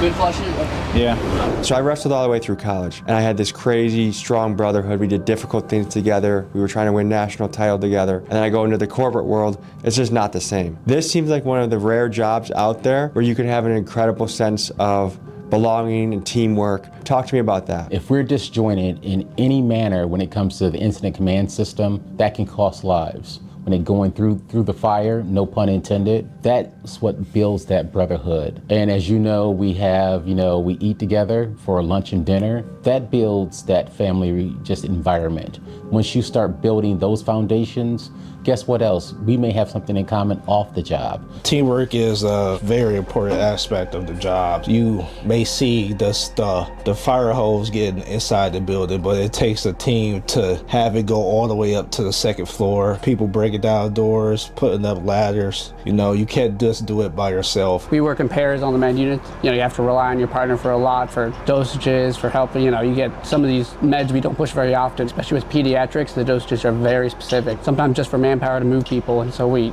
all have to coordinate as a team to get one effort in order to have the best outcome with the patient. Yeah, I mean, having that kind of brotherhood definitely is necessary in what they're doing also, if anybody wasn't on board or a team player, things could go really wrong really fast.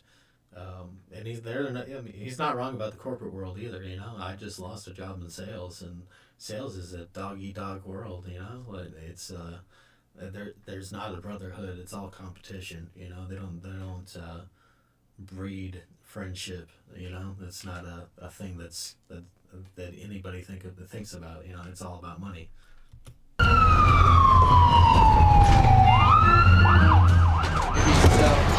We're here now. All right, Dan, we're at the hospital. There's gonna be a lot of people talking to you. Okay. What's crazy about this job is you might be interacting with people during the last time they ever see their family member alive. I don't know. Most of the day, I thought I could do this job. This one hits a little close to home. When I was a senior in high school, I lost my dad in a situation that felt a lot like this. We knew before the paramedics got there that was it.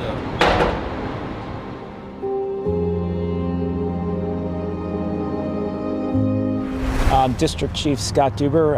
As of yesterday, I've been with the Akron Fire Department for 30 years. Congratulations. How does it Thank feel? you. Oh, great. I wish it wasn't 30 years. I wish we were just starting over again, but that's what happens. So if you could do this job all over again, you'd do it again? Oh, absolutely. I am actually a third-generation fire chief. My grandfather and my dad were both fire chiefs in communities north of here, and it was always a part of my life. Do we need to wear the vest? Oh, yeah. Okay. So the standard procedure during a shooting, everyone vests up? Yeah. And the reason for that is? Well, it's our protocol. Sharp object, knives, shooting. We have to protect ourselves. Do you know how far out we are? Yeah, We're buckle right here. up, buddy. Does that ever surprise you getting a call for a shooting on Saturday morning at 10 a.m.? No. Not usually Saturday is a pretty active day. At 10 a.m.? Yeah. What do we have? Just one shooting victim in the arm. They're already in there. Yeah, they're Victim's already loaded in the EMS unit. Hey, like you said, you're not in trouble if it went off, okay? I never had a gun to my head. Can you move your fingers? No? I can't tell if he's got a broken forearm. He can't move his fingers either. Okay. All right, so gunshot victim taken to the hospital. There's a few different stories going on. The police are kind of figuring out what's a lie and what's real, but the best estimates are that he shot himself and doesn't want to admit it, either because it's embarrassing or maybe because he's a felon and you're not supposed to be with a gun if you're a felon. Between his story, his girlfriend's story, they can't even get basic details correct. Do we know what the status of the gentleman that got shot is? No, it sounds like an arm injury, so it's superficial. We don't know if it hit anything else, if it went through the arm. He'll get transported to the hospital and they'll provide care for that. So what do we have going on for lunch, Danny? Philly cheesesteaks, waffle fries, with cheese dipping sauce, cantaloupe, and blueberry. Okay.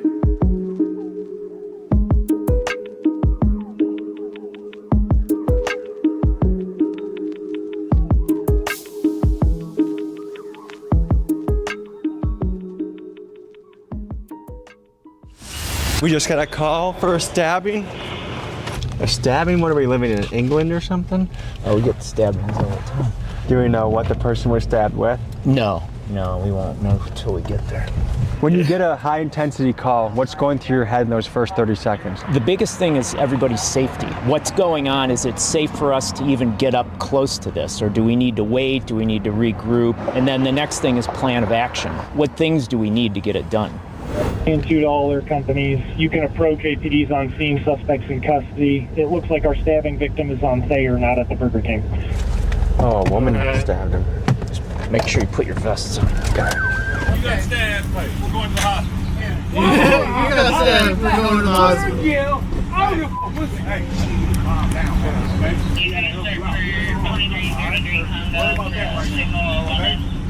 Stop fucking talking to me. You got stabbed. We gotta help you. You ain't helping me, man. You hate me. Oh, man. All right. God. It's angry. All right, so we have a lot of paraphernalia, a lot of blood, some alcohol, some strong Long Island iced teas. Thing is, this looks like a place that a lot of people live. There's at least 7 meters. Probably kids in the house, and have to watch that. And then you got the suspect in custody over there. Have you ever been to a scene that has that much blood? Oh yeah, bad shootings. I think when I was new on the job, it was Christmas Eve. The boyfriend worked at a restaurant somewhere in the neighborhood. I think a girlfriend was cheating on him, and he went on a shooting rampage. He left the restaurant. He came in the house, shot the girl's girlfriend. She put her hand up like this, ripped her hand off, and there was like blood dripping off the ceiling when we came in. And then it was almost like a haunted house. And then we went into the next room. There's a guy with a big hole in his chest. Another guy, he shot him like here, and it blew everything up again, like all over the ceiling and the wall just dripping down.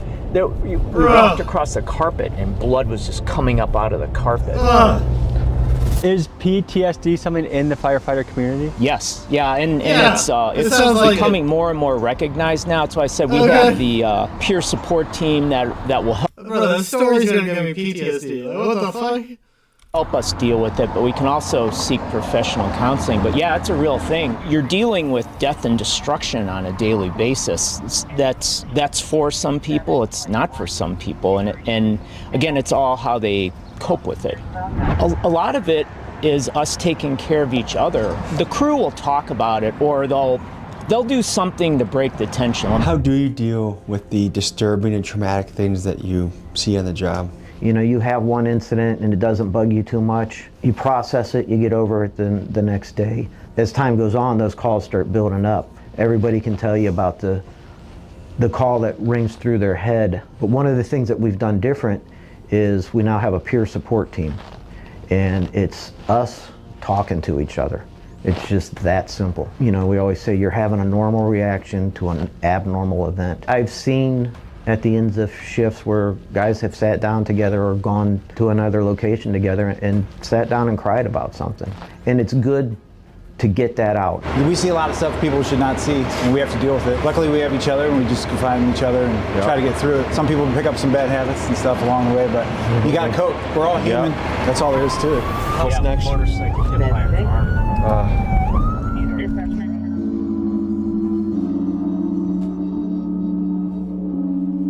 Don't put that on my foot. Ah. So is this from hitting the car? Yeah. Okay. Because he fucking pulled out in front of me. Gotcha. Man, broken bones are, for some reason blood I can handle pretty well. Broken bones are tough. That guy, did you see how bad it was broken? Yeah, it's broken. Yeah, there's something about a bone not sitting right in the human body, like not looking correct, you know, especially when you see people all the time, right? The bones look a certain way, and when they don't look correct, man, it is. I cringe every time. It's crazy. I mean, if it's popping through, boom, man, I can't even look.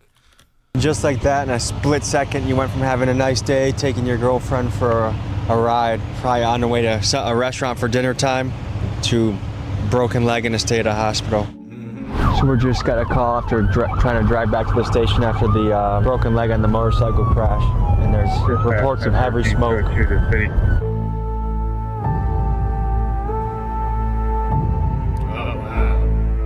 Yeah, that's heavy. Med 22 year Oh, it's just they just do it on the register. Or not.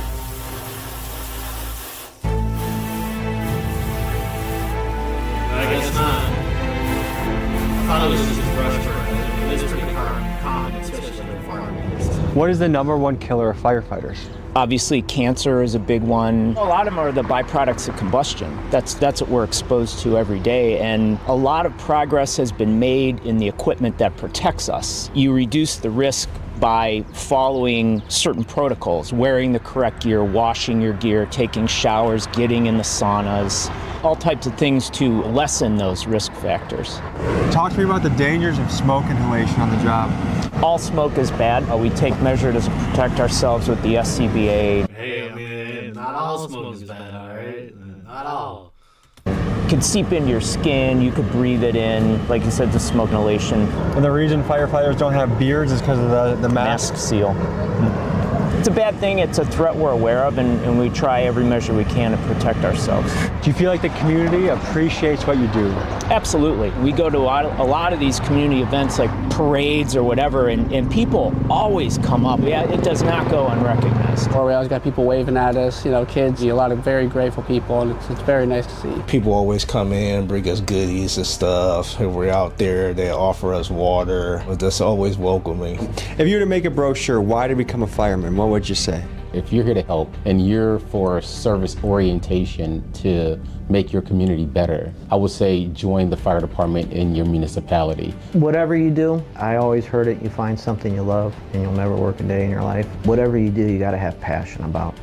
And this job's no different. Keep working hard. Keep doing the work, you know, be physically strong, mentally strong. Never hesitate to ask questions. Fire station doors are usually always open. Ask the guys, hey, what does it take to get into here? You know, what, especially with specific departments, they might have different requirements. There's always going to be a turnover, and we need more people, and it's the best job in the world. Like I said, every day is different You can learn so many things and apply yourself, go to classes. You know, you have an extension of your family. You're going to develop a new family here.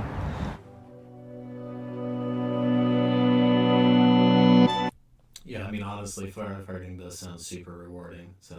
It sounds like a great career, but yeah, I just can't do it, man. I can't do it. It ain't for me.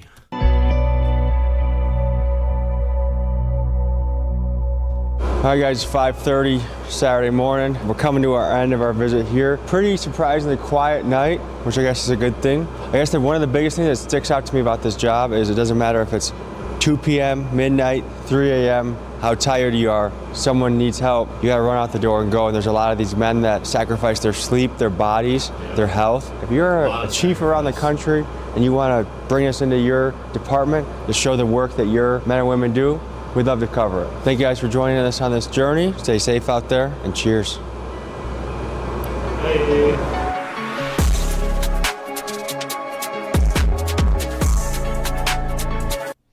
Yeah, that was a good video, man. That was a good video.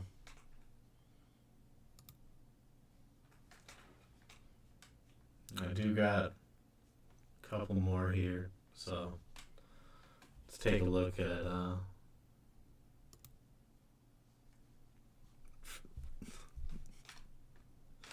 take a look at this, I guess. Yeah.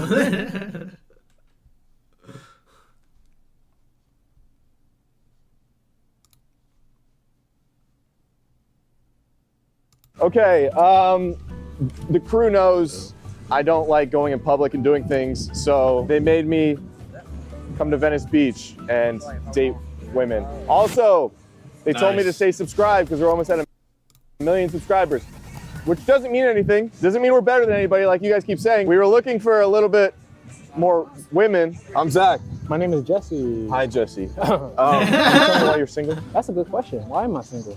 Well, I mean, it's really the only question we have. As much vagina or coochie, pussy, as much as I had in my life, I've been getting coochie ever since I was a baby. I am a god. Ever since? You have two like different Kanye. Okay, so you're a little crazy. No, crazy? What does crazy mean? Well, you have two different colored eyes, and it's a choice because they're contact lenses. You just sat down with somebody you don't know, and then you claimed you got coochie as a toddler. I went down the street and I got these contact lenses. Don't get street contact. They warn you about street drugs, but they never. Street contact's got to be worse. Well, you never know what that's laced with. It's laced with coochie, because when I wear these everywhere I go, there's pussy. There's pussy everywhere I go. Are you on drugs at all? No. Thank you so much for your time. Try to limit to one. Of course, on my lap. Oh my God. Hi, I'm Jack. Hi, Mariana. Mariana. Holy cow. Okay, so you've seen this. Yeah. You're sitting here in an open field near people who are on copious amounts of ketamine. But the question is, why are you single? Guess I just haven't found the right one yet. What are some icks or some red flags that if I did, you would not want? Are you trying to thirst trap people? Like... I do try to thirst trap, but my abs they're in hibernation, I think, for the extent of my life. Did you have a quinceañera? I did not. Okay. I was trying to guess your ethnicity. Did you have a sweet 16? A bar mitzvah? No, I'm not Jewish. Dang it. I'm actually of German descent. I don't know if you know anything about their history, but do you sweat a lot? I don't sweat a lot, no. I didn't notice that about you. I didn't notice that about you. What's your favorite thing to do when you're coming out of a hangover? Hold on, we might get fought. Here we go. Oh, wow. Are you single? Where are you from originally? California, here. What part? Lakewood. I was born in Lakewood. What's a Lakewood? Lakewood? I don't know, it's like through Long Beach, I think. Never been there. How long were your parents together? My parents were together for about 2 years. My parents were together for 50. Can I ask what made you ask that question? Do you miss them together? Because they showed me the proper example of love, and that's how you won't be single ever again. Thank you so much. That really means a lot. It's so hard.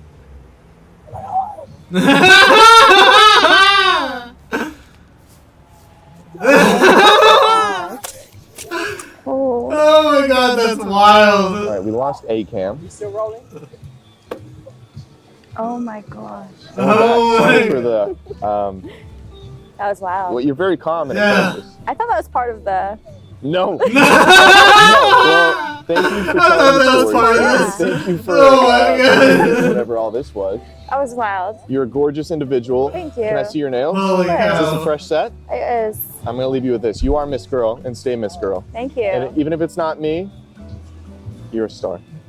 Damn. Dude, so nice to meet you. Thank you so much. I think they planned it for me to date people and try to find a woman, but I think it's turned into some type of therapy session. Hey, I'm single because I've been married. Simple as that, dude. Hey, that's enough to say. 3 times. What are some common things for people that do want to be in a long-term relationship to look out for at the beginning so it doesn't like rear an ugly head later on? Educated women are not the women that educated women because they are smart. Dumb. Yeah. I'm not saying anything bad about that, but educated women, they tend to, their profession, they tend to look at that more than a relationship, right? So when they go to work, they bow to the man that's paying the money. They listen to everything he says, but when they go home, the man at home, they tend to argue with. If you were in the 50s, you would have thrived. Oh, absolutely. See, now... No, not really, because I'm too dark. Well, listen, I hope you, sir, find as many dumb women as you can. No, not even And you dumb. collect them. You have like your own little litter of little dumb kitties. Sit down if you are single. Don't act like you're not already mic'd up. What is your name? Don't act like you're not already mic'd up. Nice to meet you. Are you expecting a call? I'm expecting work. I totally get it. Yep, it's all about the grind. It's all about the work. It's all about that bump and grind. Mm-hmm. I do miss dancing back when it used to be front facing.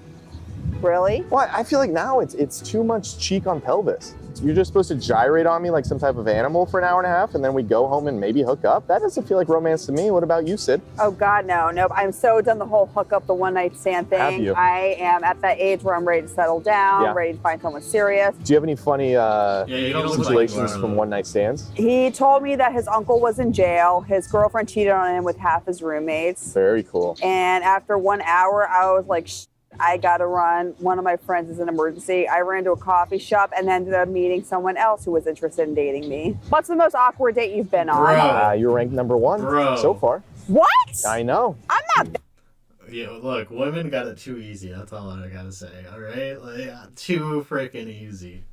That bad. Come on. There has to be a worse date than me. Again, we just met like 10 minutes ago. This is the worst date. Yeah. If you had to give a red flag so far, what would you give? You are too serious about something you said when you're actually joking. I apologize. That's a one red flag. You have a lot of good qualities. You're a great communicator. Thank you. You're very, very cute. It feels like I'm on a date with Chris Pratt and Ryan Reynolds' child. Okay, that's the best compliment I've ever gotten. I really Right? appreciate that. What's your love language? Mostly a great communicator, someone who's honest, someone who's not going to lie to me just to tell me what I want to hear. It's happened before. Can you give that instance? I once had someone tell me that they loved me, they never wanted to go, and then they went and abandoned me. Nice. I once had a friend who committed arson near a local school, and they lost about half the faculty. What Did he about have you? a bad Next. time at school? No follow-ups. What's your next? No follow-ups. Oh my God. Next thing. I once had a date with an Uber driver. Very nice. He asked me out after the car ride. We ended up having... Bro, Uber driver, you were in the car with an Uber driver and then went on a date with him? Like, was he that good looking? Was the conversation that good? I don't understand that. I have not had an interaction with any Uber driver that was that fucking good. Having a 5-hour date, which was amazing. He took me for A a burger and 5-hour shakes, like date. an episode of Riverdale or something. I once dated a girl who would fall asleep to old footage of... A 5-hour date with the Uber driver is insane. kamikaze videos. What's your next thing? I once had a guy who laughed so hard anytime we kissed. I had a cousin that had a Jeffrey Dahmer tattoo with a heart around it. Oh my God. What's your next thing? I knew somebody in high school whose boyfriend threatened to kill himself if she didn't go back to him. Have you ever cheated? Never. Congrats. Thank you so much for coming. Of course. It's beautiful to see you. It's beautiful to meet you. Beautiful to meet you too. And you are everything you're going to be in life. Thank Don't you. worry. Hey, boo. Hey, boo. Hold up. Let me get into it. Yeah. Bow, bow, bow. Bow. Can I speak about your outfit? Thank you, yeah. I want to pin you up around a party Okay. and just let lights hit you. You saying that it sound a little freaky. I was trying to say that you were like a disco ball. Imagine if you was like under the disco ball. Yeah. Eating my ass. What? Brother. You don't got to eat it back. You can eat the front. She wild. Oh, wild. I don't even know your name. Oh, it's Ellie. Oh, yeah, well, no, just eating ass. We just gotta eat ass. I don't even know your name, but we eating ass. Nice to meet you. I'm Zay. It's lovely to meet Okay, you. now I can eat it from the front. Okay. You're wearing shoes of Cinnamon Toast Crunch. Does it taste like Cinnamon Toast Crunch? Tastes like chocolate. Can I ask why? I mean, it's like the melanin. It goes The to the melanin. blood, it comes to all the other ends. So it's like, you know. You have any hobbies? That's not how that works, but you know, she trying. I'm a rapper. You want to have a rap battle? Do you? Your word's freak. I'm a freak, hoe, nympho. Yeah, you know that's how it go. Eat the front booty, hoe. Yeah, you already know. Whoa. Lord, I wish I put my sunblock on because that was some heat. You're funny. Why you didn't already put it on? I know I should We have. outside. I know. Okay, your word is tan. I sit with a girl with so much melanin. Too much tan, not for me, I'm the man. Come to my house, get on the ceiling. I'll flip you around and I'll give you a reeling. Look it up and down, you know that's hot. Ooh, I just hit it from the back and drop. Ooh, what is that? It smells so good. I want to come to you over to your hood. Not assuming you're from the hood, but it just rhymes. I knew you was gonna say that. So I was gonna finish it for you, but I didn't want to Thank you. assume you Thank assumed I was from the hood. I will always let you finish first. Thank you. I love this. You've heard of peanut butter and jelly? Yes. My entire life I've been searching for something that goes better together, and I think I just found it. Oh yeah. That's no biggie. So how would you deal with people looking at you crazy because you got somebody as chocolate as me on your arm? I mean, listen, when Willy Wonka walks around, people are gonna look. Funny. People are gonna look. They're gonna stare. You're funny. You're hilarious. But when I take you back to that factory, it's just me and you. It's just me and you. Exactly. No, how are you gonna feel when you walk around with the lanky white man himself? I'm gonna be like, And who? who? Exactly. What? Yeah. Not him? Yeah. Not this one? Come on, boo. Yeah. And then we gonna come on. I was, yes, mommy. Right. And I'll keep it. And I'll be like, yes, daddy too. Yeah. I mean, I'll try to protect, but I might swing before you. thank you. I love. That's a quality. Is that a Falcons tattoo? Yeah, I'm from Atlanta. That's Atlanta. Yeah. That's Atlanta. Yeah. You have a great day. I'll see you at the altar. Okay. Why are you single? That's not even the question. But can I ask? I'm single because I'm a tad bit crazy. Okay, I need 3 examples on why you think you're crazy. Also, body tea. Oh, Anyway, keep thank going. you. I went to jail. You went to jail. I went to jail. Can I ask why? I went to Chick-fil-A and they had my fries. They were cold and I asked for them to make them fresh and they told me no, they would give me a refund and I said no, I want the fries. They said they would give you a refund. Yes, but I didn't want a refund. I wanted the fries. Yeah. So we kind of got into it and then I went back and I grabbed the fries on my own. I grabbed the fries and then I left. Yeah, that's crazy. That's crazy. And then the police came. And then I went to A couple other things happened at that Chick-fil-A. I got in there and all the girls were pretty cool. Did you tell them you did something a little bit cooler than stealing fries? Yes, I told them I was in there for like assault. Hell yeah. What makes you think a girl is crazy? I'll see if I check off any of the boxes. I've had girls that have like demanded location, which is fine in a relationship. But when it's early on and you guys have only been on a couple dates and she's like, I want to know where you are digitally all the time. A little weird in my opinion. Yeah, it comes off a little. Your face says that's exactly something I do. It's not. If you guys went on a few dates, then. A few? We went to Chick-fil-A twice and she didn't like her fries. I think one is fine. No, I think we should get to the I love you stage. I know, but that happens pretty much before the first date. That's only because they're trying to sleep with you. I think you might have been frequenting men who are only there for your body tea and not for your What if it was me? That happens. Listen, you're a woman with needs. I don't think we need to demonize all this. Guys can go out there and get off anytime that they want. But when a woman does it, it's a problem. When a woman does it, it's a problem. It's now we're supposed to have morals. And it's not right. And our body's a temple. But it's a double standard. Well, listen, to get back at that double standard, I will let you sleep with me and then never talk to you again. That's what I'm willing to do for you. I would rather not talk to you. I think I would like it to go that way. So is that a deal or what? Yeah, one night stand and then never talk to each other ever again. That's beautiful. We should have an app for that. We should have an app for that. I think we're gonna be good friends. And we're gonna have What a if weird. I don't want to be friends? What does that mean? I like the agreement we have going on, and we don't need to be friends. Like, I don't like. Okay. Yeah, I don't like. You just being want to friends. use me for my body once and then never speak again. It was so nice to meet you. So nice to meet you as well. Have yourself a good life. You as well. Thank you. she wants to use me for my body, which has never happened before. So it's cool. Hello. Hi, I'm Zach. I'm Whit. Nice to meet you. Nice to meet you, Whit. Can I ask you why you're single? Yeah, I feel like I'm single because I have standards. What are maybe your standards that you're working through? Yeah, you just gotta have like your shit together. Like, but when I say shit together, like a lot of people in LA, I realize, are struggling one way or another, whether it's be like they're struggling with their finances, they're struggling to stay in their apartment, they're struggling, and I get it, life happens. Some people are, 30 years old and still allow their parents to support them. Yeah. I feel like at some point you gotta like leave the nest and go out there and see what life Yeah, has to there's a offer. difference between struggling and struggling and not trying. Right, exactly. Like, that's what I mean. I could be with someone that struggles. Yeah, because I struggle too. And I could be with someone if they're able to manage that struggle Facts. Emotionally. Facts. And not take it out on you or make it like your problem. I also prefer to date people who have something to lose. Yeah. Like for me, What? like I'm a homeowner. Yeah. I served in the military. What branch? The Army. Nice.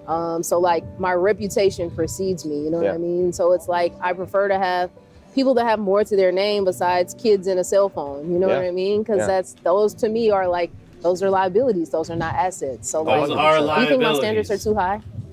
No, these don't sound like high standards. They sound like baseline of what everyone should. Thank you. Yeah, yeah, I yeah. thought so too. Well, great. Well, I think you had great insight, and it was so thank you, great to man. meet you. Thank you. Great to meet you too. And thank you for your service. Wait, I are really you single appreciate too? it. I am single. Yeah. All right, man. We could just be single together. bro. Exactly. That's what happens. Well, be safe. All right, man. And you I too. wish you the best of luck. Good chat, bro. Of course. All right. Peace. Thank you. Yep. Hi. How are you? I'm Zach. I don't know if Kayla. we're My allowed brother's to- name is Zach. We can hug. That's cool. My biggest goal, hopefully, if this works out, is to not resemble anything of your brother. Oh, that's okay. We could Cersei and Jamie this whole thing. Game of Thrones fan? No? No. How are you doing? I'm good. How are you? I like these. Thank you. I appreciate Is it that. okay if I participate? You can, yeah. We can share. You can share these. They look good on you. Thank you. You don't look anything like my brother, so that's good. That's good. Well, what are some qualities that we have that are different? He's black. Why do you think you're single? Okay, well, one, I think I'm like psychotic, but I'm self-aware. Okay, let's stop there. What do you think makes you psychotic? I just overthink everything. Like my mind goes to worst case scenario like that. So I think Well, what do you think that stems from? I grew up with someone who has bipolar disorder, so there was a lot That'll of do like, it. yeah, you know, Yeah. that'll. So you were always trying to fix situations and issues because then it would hurt your psyche. So now you're preemptively doing it, not because you know that not everyone is like that, but you're so Exactly. scarred from someone like that even like if someone is If off. there's an inkling of that, then I'm like, oh, Yeah, shit, like, I gotta fix I'm this, I running. gotta fix this. Yeah, or like yeah. I want to fix it, and then I just kind of leave. Are you a therapist? That was good. No. Hi. Hello. Hello, Ken. Why- I have a husky, so this is crazy. Also, I'm a dog whisperer. Is your dog? Oh my God, there's another. I have 2 English bulldogs, so Do at you least we really? both like dogs. That I works love out. dogs. Oh my God. And now I have a failed foster. So I have a husky, but I used to train pit What's a bulls. failed foster? For free, you take a baby puppy and you raise it and you teach it to like be potty trained, which is super fucking hard. The failed foster comes in when no one adopts the animal and then you just decide, I'm gonna keep it. So I kept her. I feel like we're the failed fosters of love. Hey, You and I. hey, we kind of are. What do you do in your spare time? I'm outdoorsy, hiking, Clearly. dog, beach. Hiking, dog, beach. I'm a personal trainer, so I love the I gym. did notice you had. I have a little muscle. I don't want to I impress love you too much. Oh yeah, you kind of crushed me. Drove out here and moved in October. Who are you running from?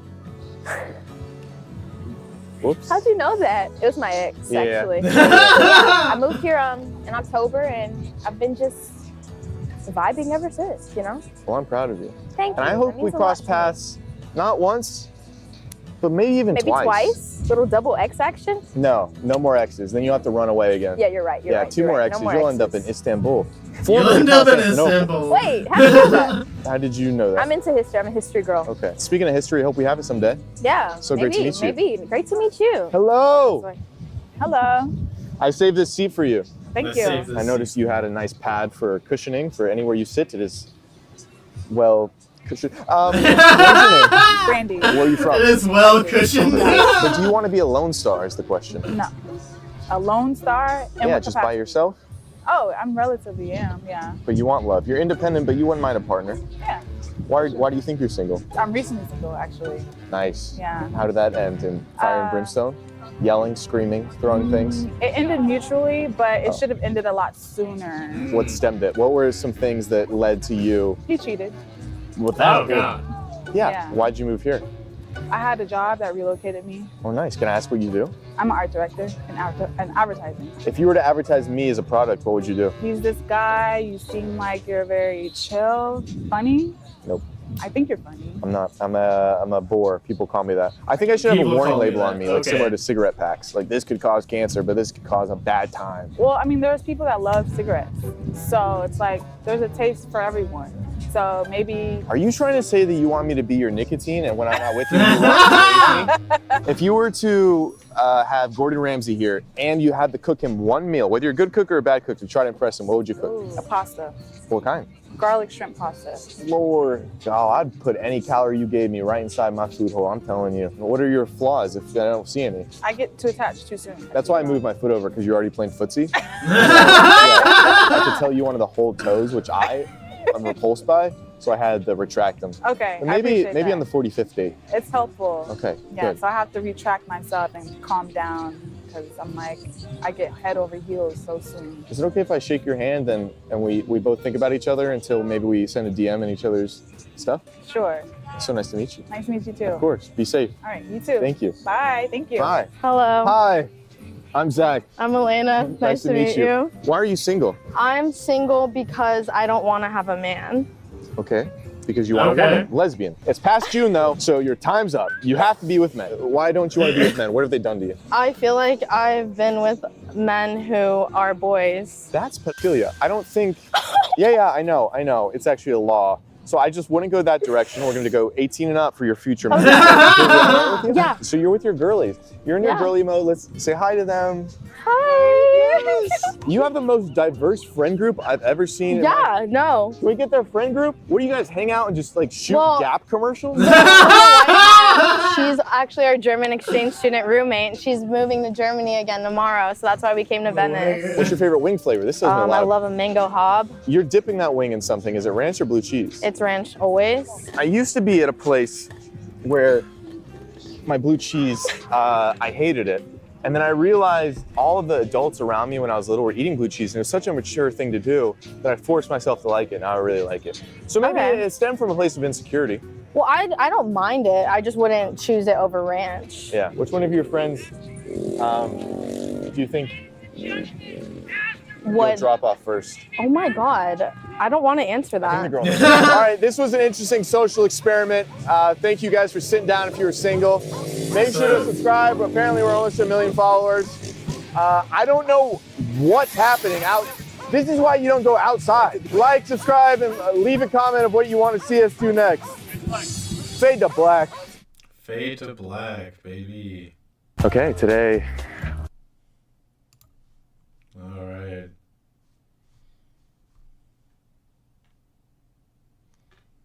I mean, that was pretty good, I'm not gonna lie.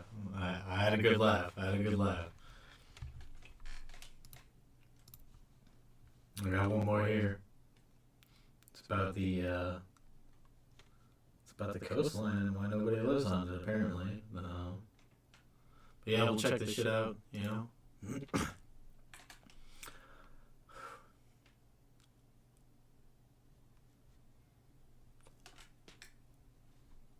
Washington and Oregon are home to many large cities. From the large metro regions of Seattle and Portland to the smaller but still prominent cities of Spokane and Eugene, there's no shortage of major cities in the Pacific Northwest. But all of these cities are located away from the Pacific coastline, leaving a large stretch without any major cities to call its own. So why are there no major cities along Washington and Oregon's coastline? And at the heart of this, of course, is the region's unique physical geography. Okay. The coastline of Oregon and Washington is defined by its dramatic physical geography, a landscape quite unlike any other part of the United States. I actually haven't driven and it one yet. that's very different from the long sandy beaches that most associate with ocean states. Stretching from the northern reaches of the Olympic Peninsula in Washington to the picturesque, winding shores of the Oregon coast in the south, this narrow strip of land is stunning geographically, but also I just moved down from Alaska to Washington. I'm on the eastern side. I'm in Spokane, but it's beautiful here. And even like I've been about an hour and a half north, you know, and it does become more and more foresty. I really do want to go visit the western side though, be able to I want to drive the coastline. I want to see the redwoods. You know, I haven't seen none of that, but so I do want to make a road trip and go do that. Also very challenging. At its northern end, the Olympic Peninsula is a wild, untamed region. Here, the Olympic Mountains rise dramatically, their western slopes drenched by some of the highest annual rainfall in North America, feeding temperate rainforests that stretch nearly to the ocean's edge. Yeah, beautiful, man. So beautiful. In fact, some parts of the Olympic Peninsula, such as the Hoh Rainforest, get as much as 12 feet of rain every single year. By comparison, just 75 miles east, the wet and rainy city of Seattle gets just 40 inches of rain per year, and the coastline itself is primarily rocky headlands, secluded coves, and long driftwood-strewn beaches, shaped by relentless ocean waves and the uplift of tectonic forces. Southward into Washington's Gray Harbor and Willapa Bay, the Washington coast softens into broader estuaries and sandy spits, a testament to powerful rivers such as the Chehalis and the Willapa that drain the interior and meet the sea. Continuing south into Oregon, the scenic Oregon coast truly lives up to its name. This stretch from the Columbia River to the California border is renowned for its iconic sea stacks, towering rock formations carved by millennia of erosion, and dramatic cliffs. Here, the coastline is in constant dynamic interaction with the Pacific Ocean, revealing tide pools teeming with life at low tide and offering breathtaking vistas from countless viewpoints along the famous Highway 101. The Samuel Boardman Scenic Corridor in the far southern reaches of Oregon's coastline is particularly renowned for its stunning beauty, so much so that it's often in serious consideration to become Oregon's second national park. Surrounding this long and pristine coastal strip are the Pacific Coastal Ranges, of which the Olympic Mountains are a part. This series of relatively low but rugged mountains runs parallel to the Pacific Ocean through both Oregon and Washington. While not as high as the Cascade Mountains further inland, the coastal range acts as a very large wall, effectively isolating the immediate coast from the inland areas of the Pacific Northwest. Yeah, I do want to. The Cascades also are beautiful. I would love to make a road trip over there too. Honestly, I'm closer to those. I'd probably go there sooner.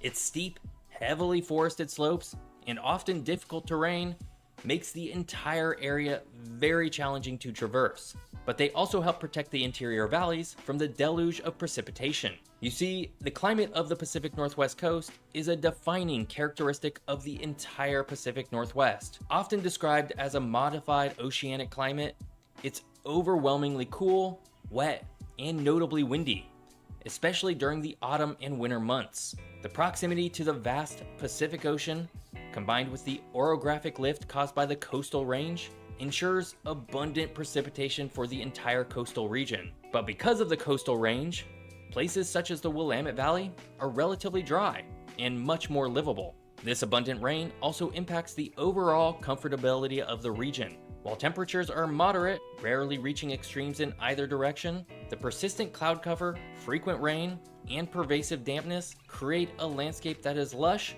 but can feel perpetually gray. Strong prevailing westerly winds frequently sweep across the open ocean, buffering the coastline and adding to the sense of isolation and exposure. This combination of rugged topography and challenging climate profoundly influence the patterns of human habitation and development in this region. Yeah, you know, it is crazy the amount, how different it is on each coast, you know, or well, not each coast, I'm sorry, each side of Washington. Like the western side of Washington is completely different than the eastern side. I think I've gotten like 4 days of rain this summer, you know, total, which is insane. You know, talking about the Pacific Northwest, we've explored how its tough geography has kept it relatively free from urban sprawl. It's a place where privacy, in a way, has been preserved by its geography. But what about your personal privacy in today's digital world? Think about it. Just like how early settlers tried to connect the coasts of Oregon and Washington, data brokers are also trying to connect all of your data together and expose it. They collect your name, address, phone numbers, and even details about your family and where you work. They then sell this data to advertisers, telemarketers, and Data even brokers are sometimes crazy, man. scammers. Make that money. It's not just annoying, it's a genuine threat to your online safety and security. That's where Delete Me comes in. They're a personal information removal service that scrubs your data from these data broker websites. And they do all of the hard work for you, identifying where your information is exposed and then getting it removed. They then continuously monitor these same websites to ensure that your data stays off it permanently, giving you that control over your digital footprint. Right now, as part of this sponsorship, you can get 20% off Delete Me's consumer plan when you go to joindeleteme.com/GeoByJeff and use promo code GeoByJeff at checkout. That's joindeleteme.com/GeoByJeff. Long before European ships sailed through the region, exploring its many inlets and bays, this rugged region of North America was home to thriving indigenous communities. For thousands of years, numerous indigenous peoples inhabited this coastal strip. Tribes such as the Chinook, Clatsop, Tillamook, Cain't, Makah, and many more flourished here. Now, perhaps the most interesting bit of history regarding the coastal tribes prior to European settlement was that these tribes were, and still are, the only people to directly feel the 9.0 Cascadia megathrust earthquake. In 1700, the Juan de Fuca plate slipped violently underneath the North American plate, creating one of the most powerful earthquakes the world has ever felt. The earthquake released so much energy that it created a tsunami that was felt as far away as Japan. And we know through oral history from these tribes that the earthquake and tsunami was violently destructive towards them. In fact, estimates from anthropologists suggest that anywhere from 30% to as high as 95% of indigenous people who lived directly on the coast were killed, 95 which is crazy. Perhaps one reason why so few Native Americans were found on the coast when Europeans arrived decades later. They simply didn't exist in the same amount as they did previously. Speaking of which, European contact with these tribes began in the late 1700s, primarily driven by the search for the Northwest Passage and the lucrative fur trade. Spanish, British, and American explorers charted the coast, with figures like Captain James Cook and George Vancouver making significant contributions to mapping the region. Unfortunately for the tribes, they would, once again, be decimated by something beyond their control: disease brought by the Europeans. This added disruption marked the beginning of profound changes to their traditional way of life and to the region at large. A pivotal moment in the American narrative of exploration was the Lewis and Clark expedition. Reaching the Pacific Ocean in November 1805, they established Fort Clatsop near the mouth of the Columbia River, spending the winter of 1805 to 1806 there. And while their stay was relatively brief, it symbolized and authorized American claims to the territory, something the British, Spanish, and even Russians were angling for as well.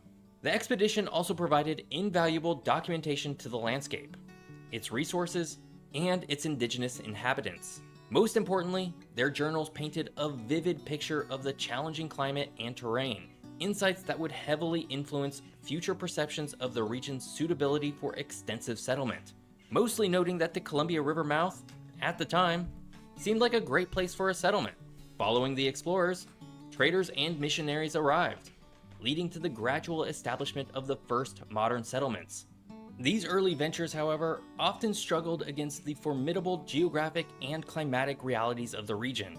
Unlike the sheltered, deep-water harbors of the Puget Sound or the fertile agricultural lands of the Willamette Valley further inland, the immediate Pacific coast offered few natural advantages for large-scale urban development.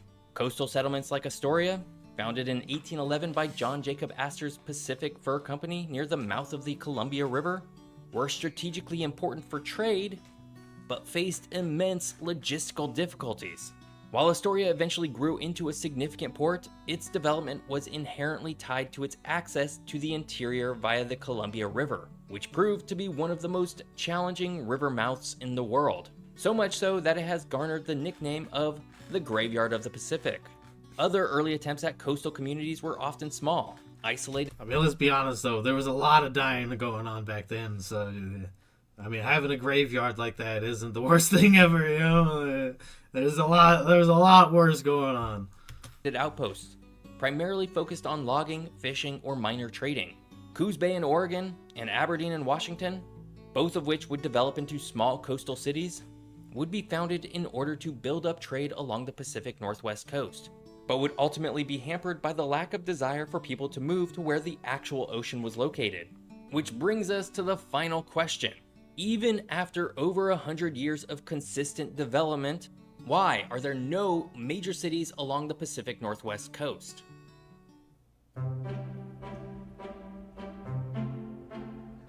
The striking absence of major cities along the Pacific Ocean coastline of Oregon and Washington, a stark contrast to California, which has multiple major cities along its coastline, is not an accident, but a consequence of a confluence of formidable geographic, climatic, and economic factors. All told, from the Olympic Peninsula in the north and all the way through to the California border, this region is home to just about 600,000 people, which is far fewer people than either the Portland or Seattle metropolitan areas. Yeah, just the so city what's going itself. on? Why does San Francisco exist, but there's nothing equivalent in the north? Well, perhaps the most significant impediment to large... A lot of it's the weather. Let's be real here. California's got way better weather, especially on the coastline, you know?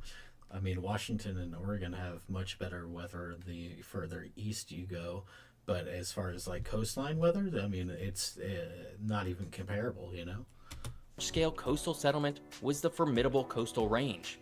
This mountain barrier, running parallel to the ocean, created an immediate and persistent challenge to accessibility. The range's steep, often heavily forested slopes made overland travel exceptionally difficult and expensive for early settlers, effectively isolating the coast from the more promising interior regions.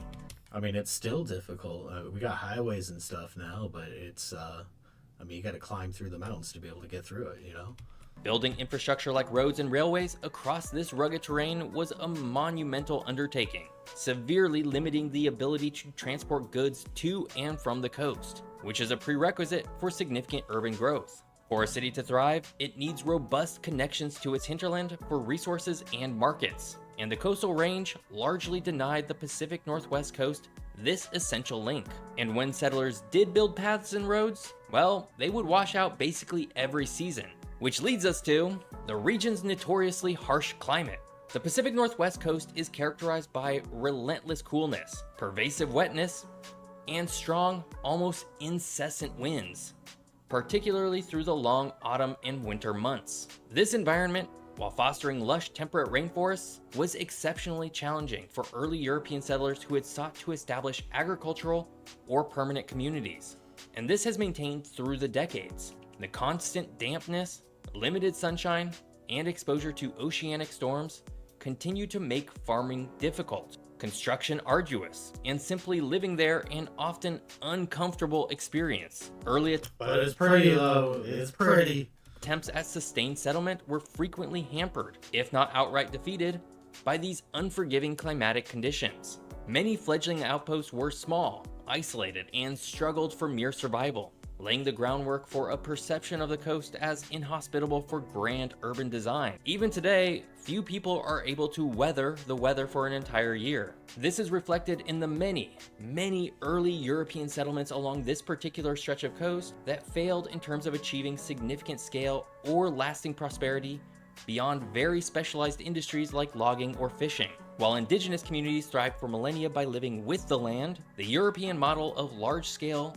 development and resource extraction found the direct coastal environment less amenable to other nearby areas, in part because of the lack of natural, deep water, easily accessible harbors that could accommodate large sailing ships. This, coupled with the dangers of oceanic navigation near a rocky, storm-battered shore, further disincentivized major maritime commerce from anchoring here.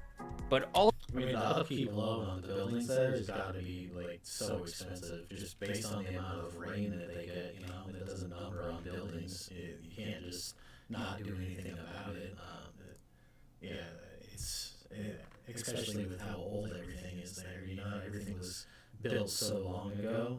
Even where I'm at now, you know, all the buildings here are crazy old. I mean, the insulation on these walls is like nothing. It's ridiculous. Ultimately, the most decisive factor in the coast's lack of major cities was simply the magnetic pull of superior alternatives just a short distance inland. In Washington, the sheltered, deep-water harbors of the Puget Sound, with natural protection from oceanic storms and easy access to vast timber resources, offered ideal locations for port cities. Seattle, Tacoma, and Everett flourished here, becoming major hubs of trade, industry, and population. Similarly, in Oregon, the extraordinarily fertile Willamette Valley, protected both by the coastal range and the Cascade Mountains, presented an unparalleled agricultural potential. This valley became the agricultural heartland, fostering cities like Portland and Eugene, both of which benefited from its strategic location on the Columbia and Willamette rivers, providing a navigable waterway to the Pacific without requiring direct coastal exposure. Today, the combination of the coastal range as a barrier, the harsh climate, the struggles of the early coastal settlements, and crucially, the undeniable advantages offered by the Puget Sound and the Willamette Valley create a huge detriment to people moving to either state's Pacific coast. And with just 600,000 people, this entire area would comprise just 5% of both states' entire population. 5%. Which is Oh my crazy gosh. because people tend to prefer living on the coast, just not the coast of the Pacific Northwest. The coastline of Washington and Oregon is truly one of the most beautiful places in the entire country. But I'd be lying Absolutely. if I said that the onslaught of rain and wind wasn't a deterrent for most people, even for someone like me who loves the rain. Hey, speaking of Oregon, this week I'm showing off the side that almost nobody realizes is actually the dominant Oregon. It's dry, dusty desert half. If you're interested in seeing what most of Oregon actually looks like, well, come join me over on my other channel. I hope you enjoyed learning all about the Pacific Northwest coast. Yeah, most if of you Oregon did, is a desert. be sure Most to of check out Washington this is a video freaking all about desert, why too. Australia has no major city along its northern coast. Thanks for watching. See you next time. That was a good video, man. That was good. But yeah, man, I can't say that I'd want to live on that coast, especially on the coastline. I don't want to live in Seattle at all, you know, or Portland, really. It just rains too much over there. But being on the eastern side of either one of those states is it's a different situation, you know. Yeah, I think that's where we're going to leave it for now. I appreciate you guys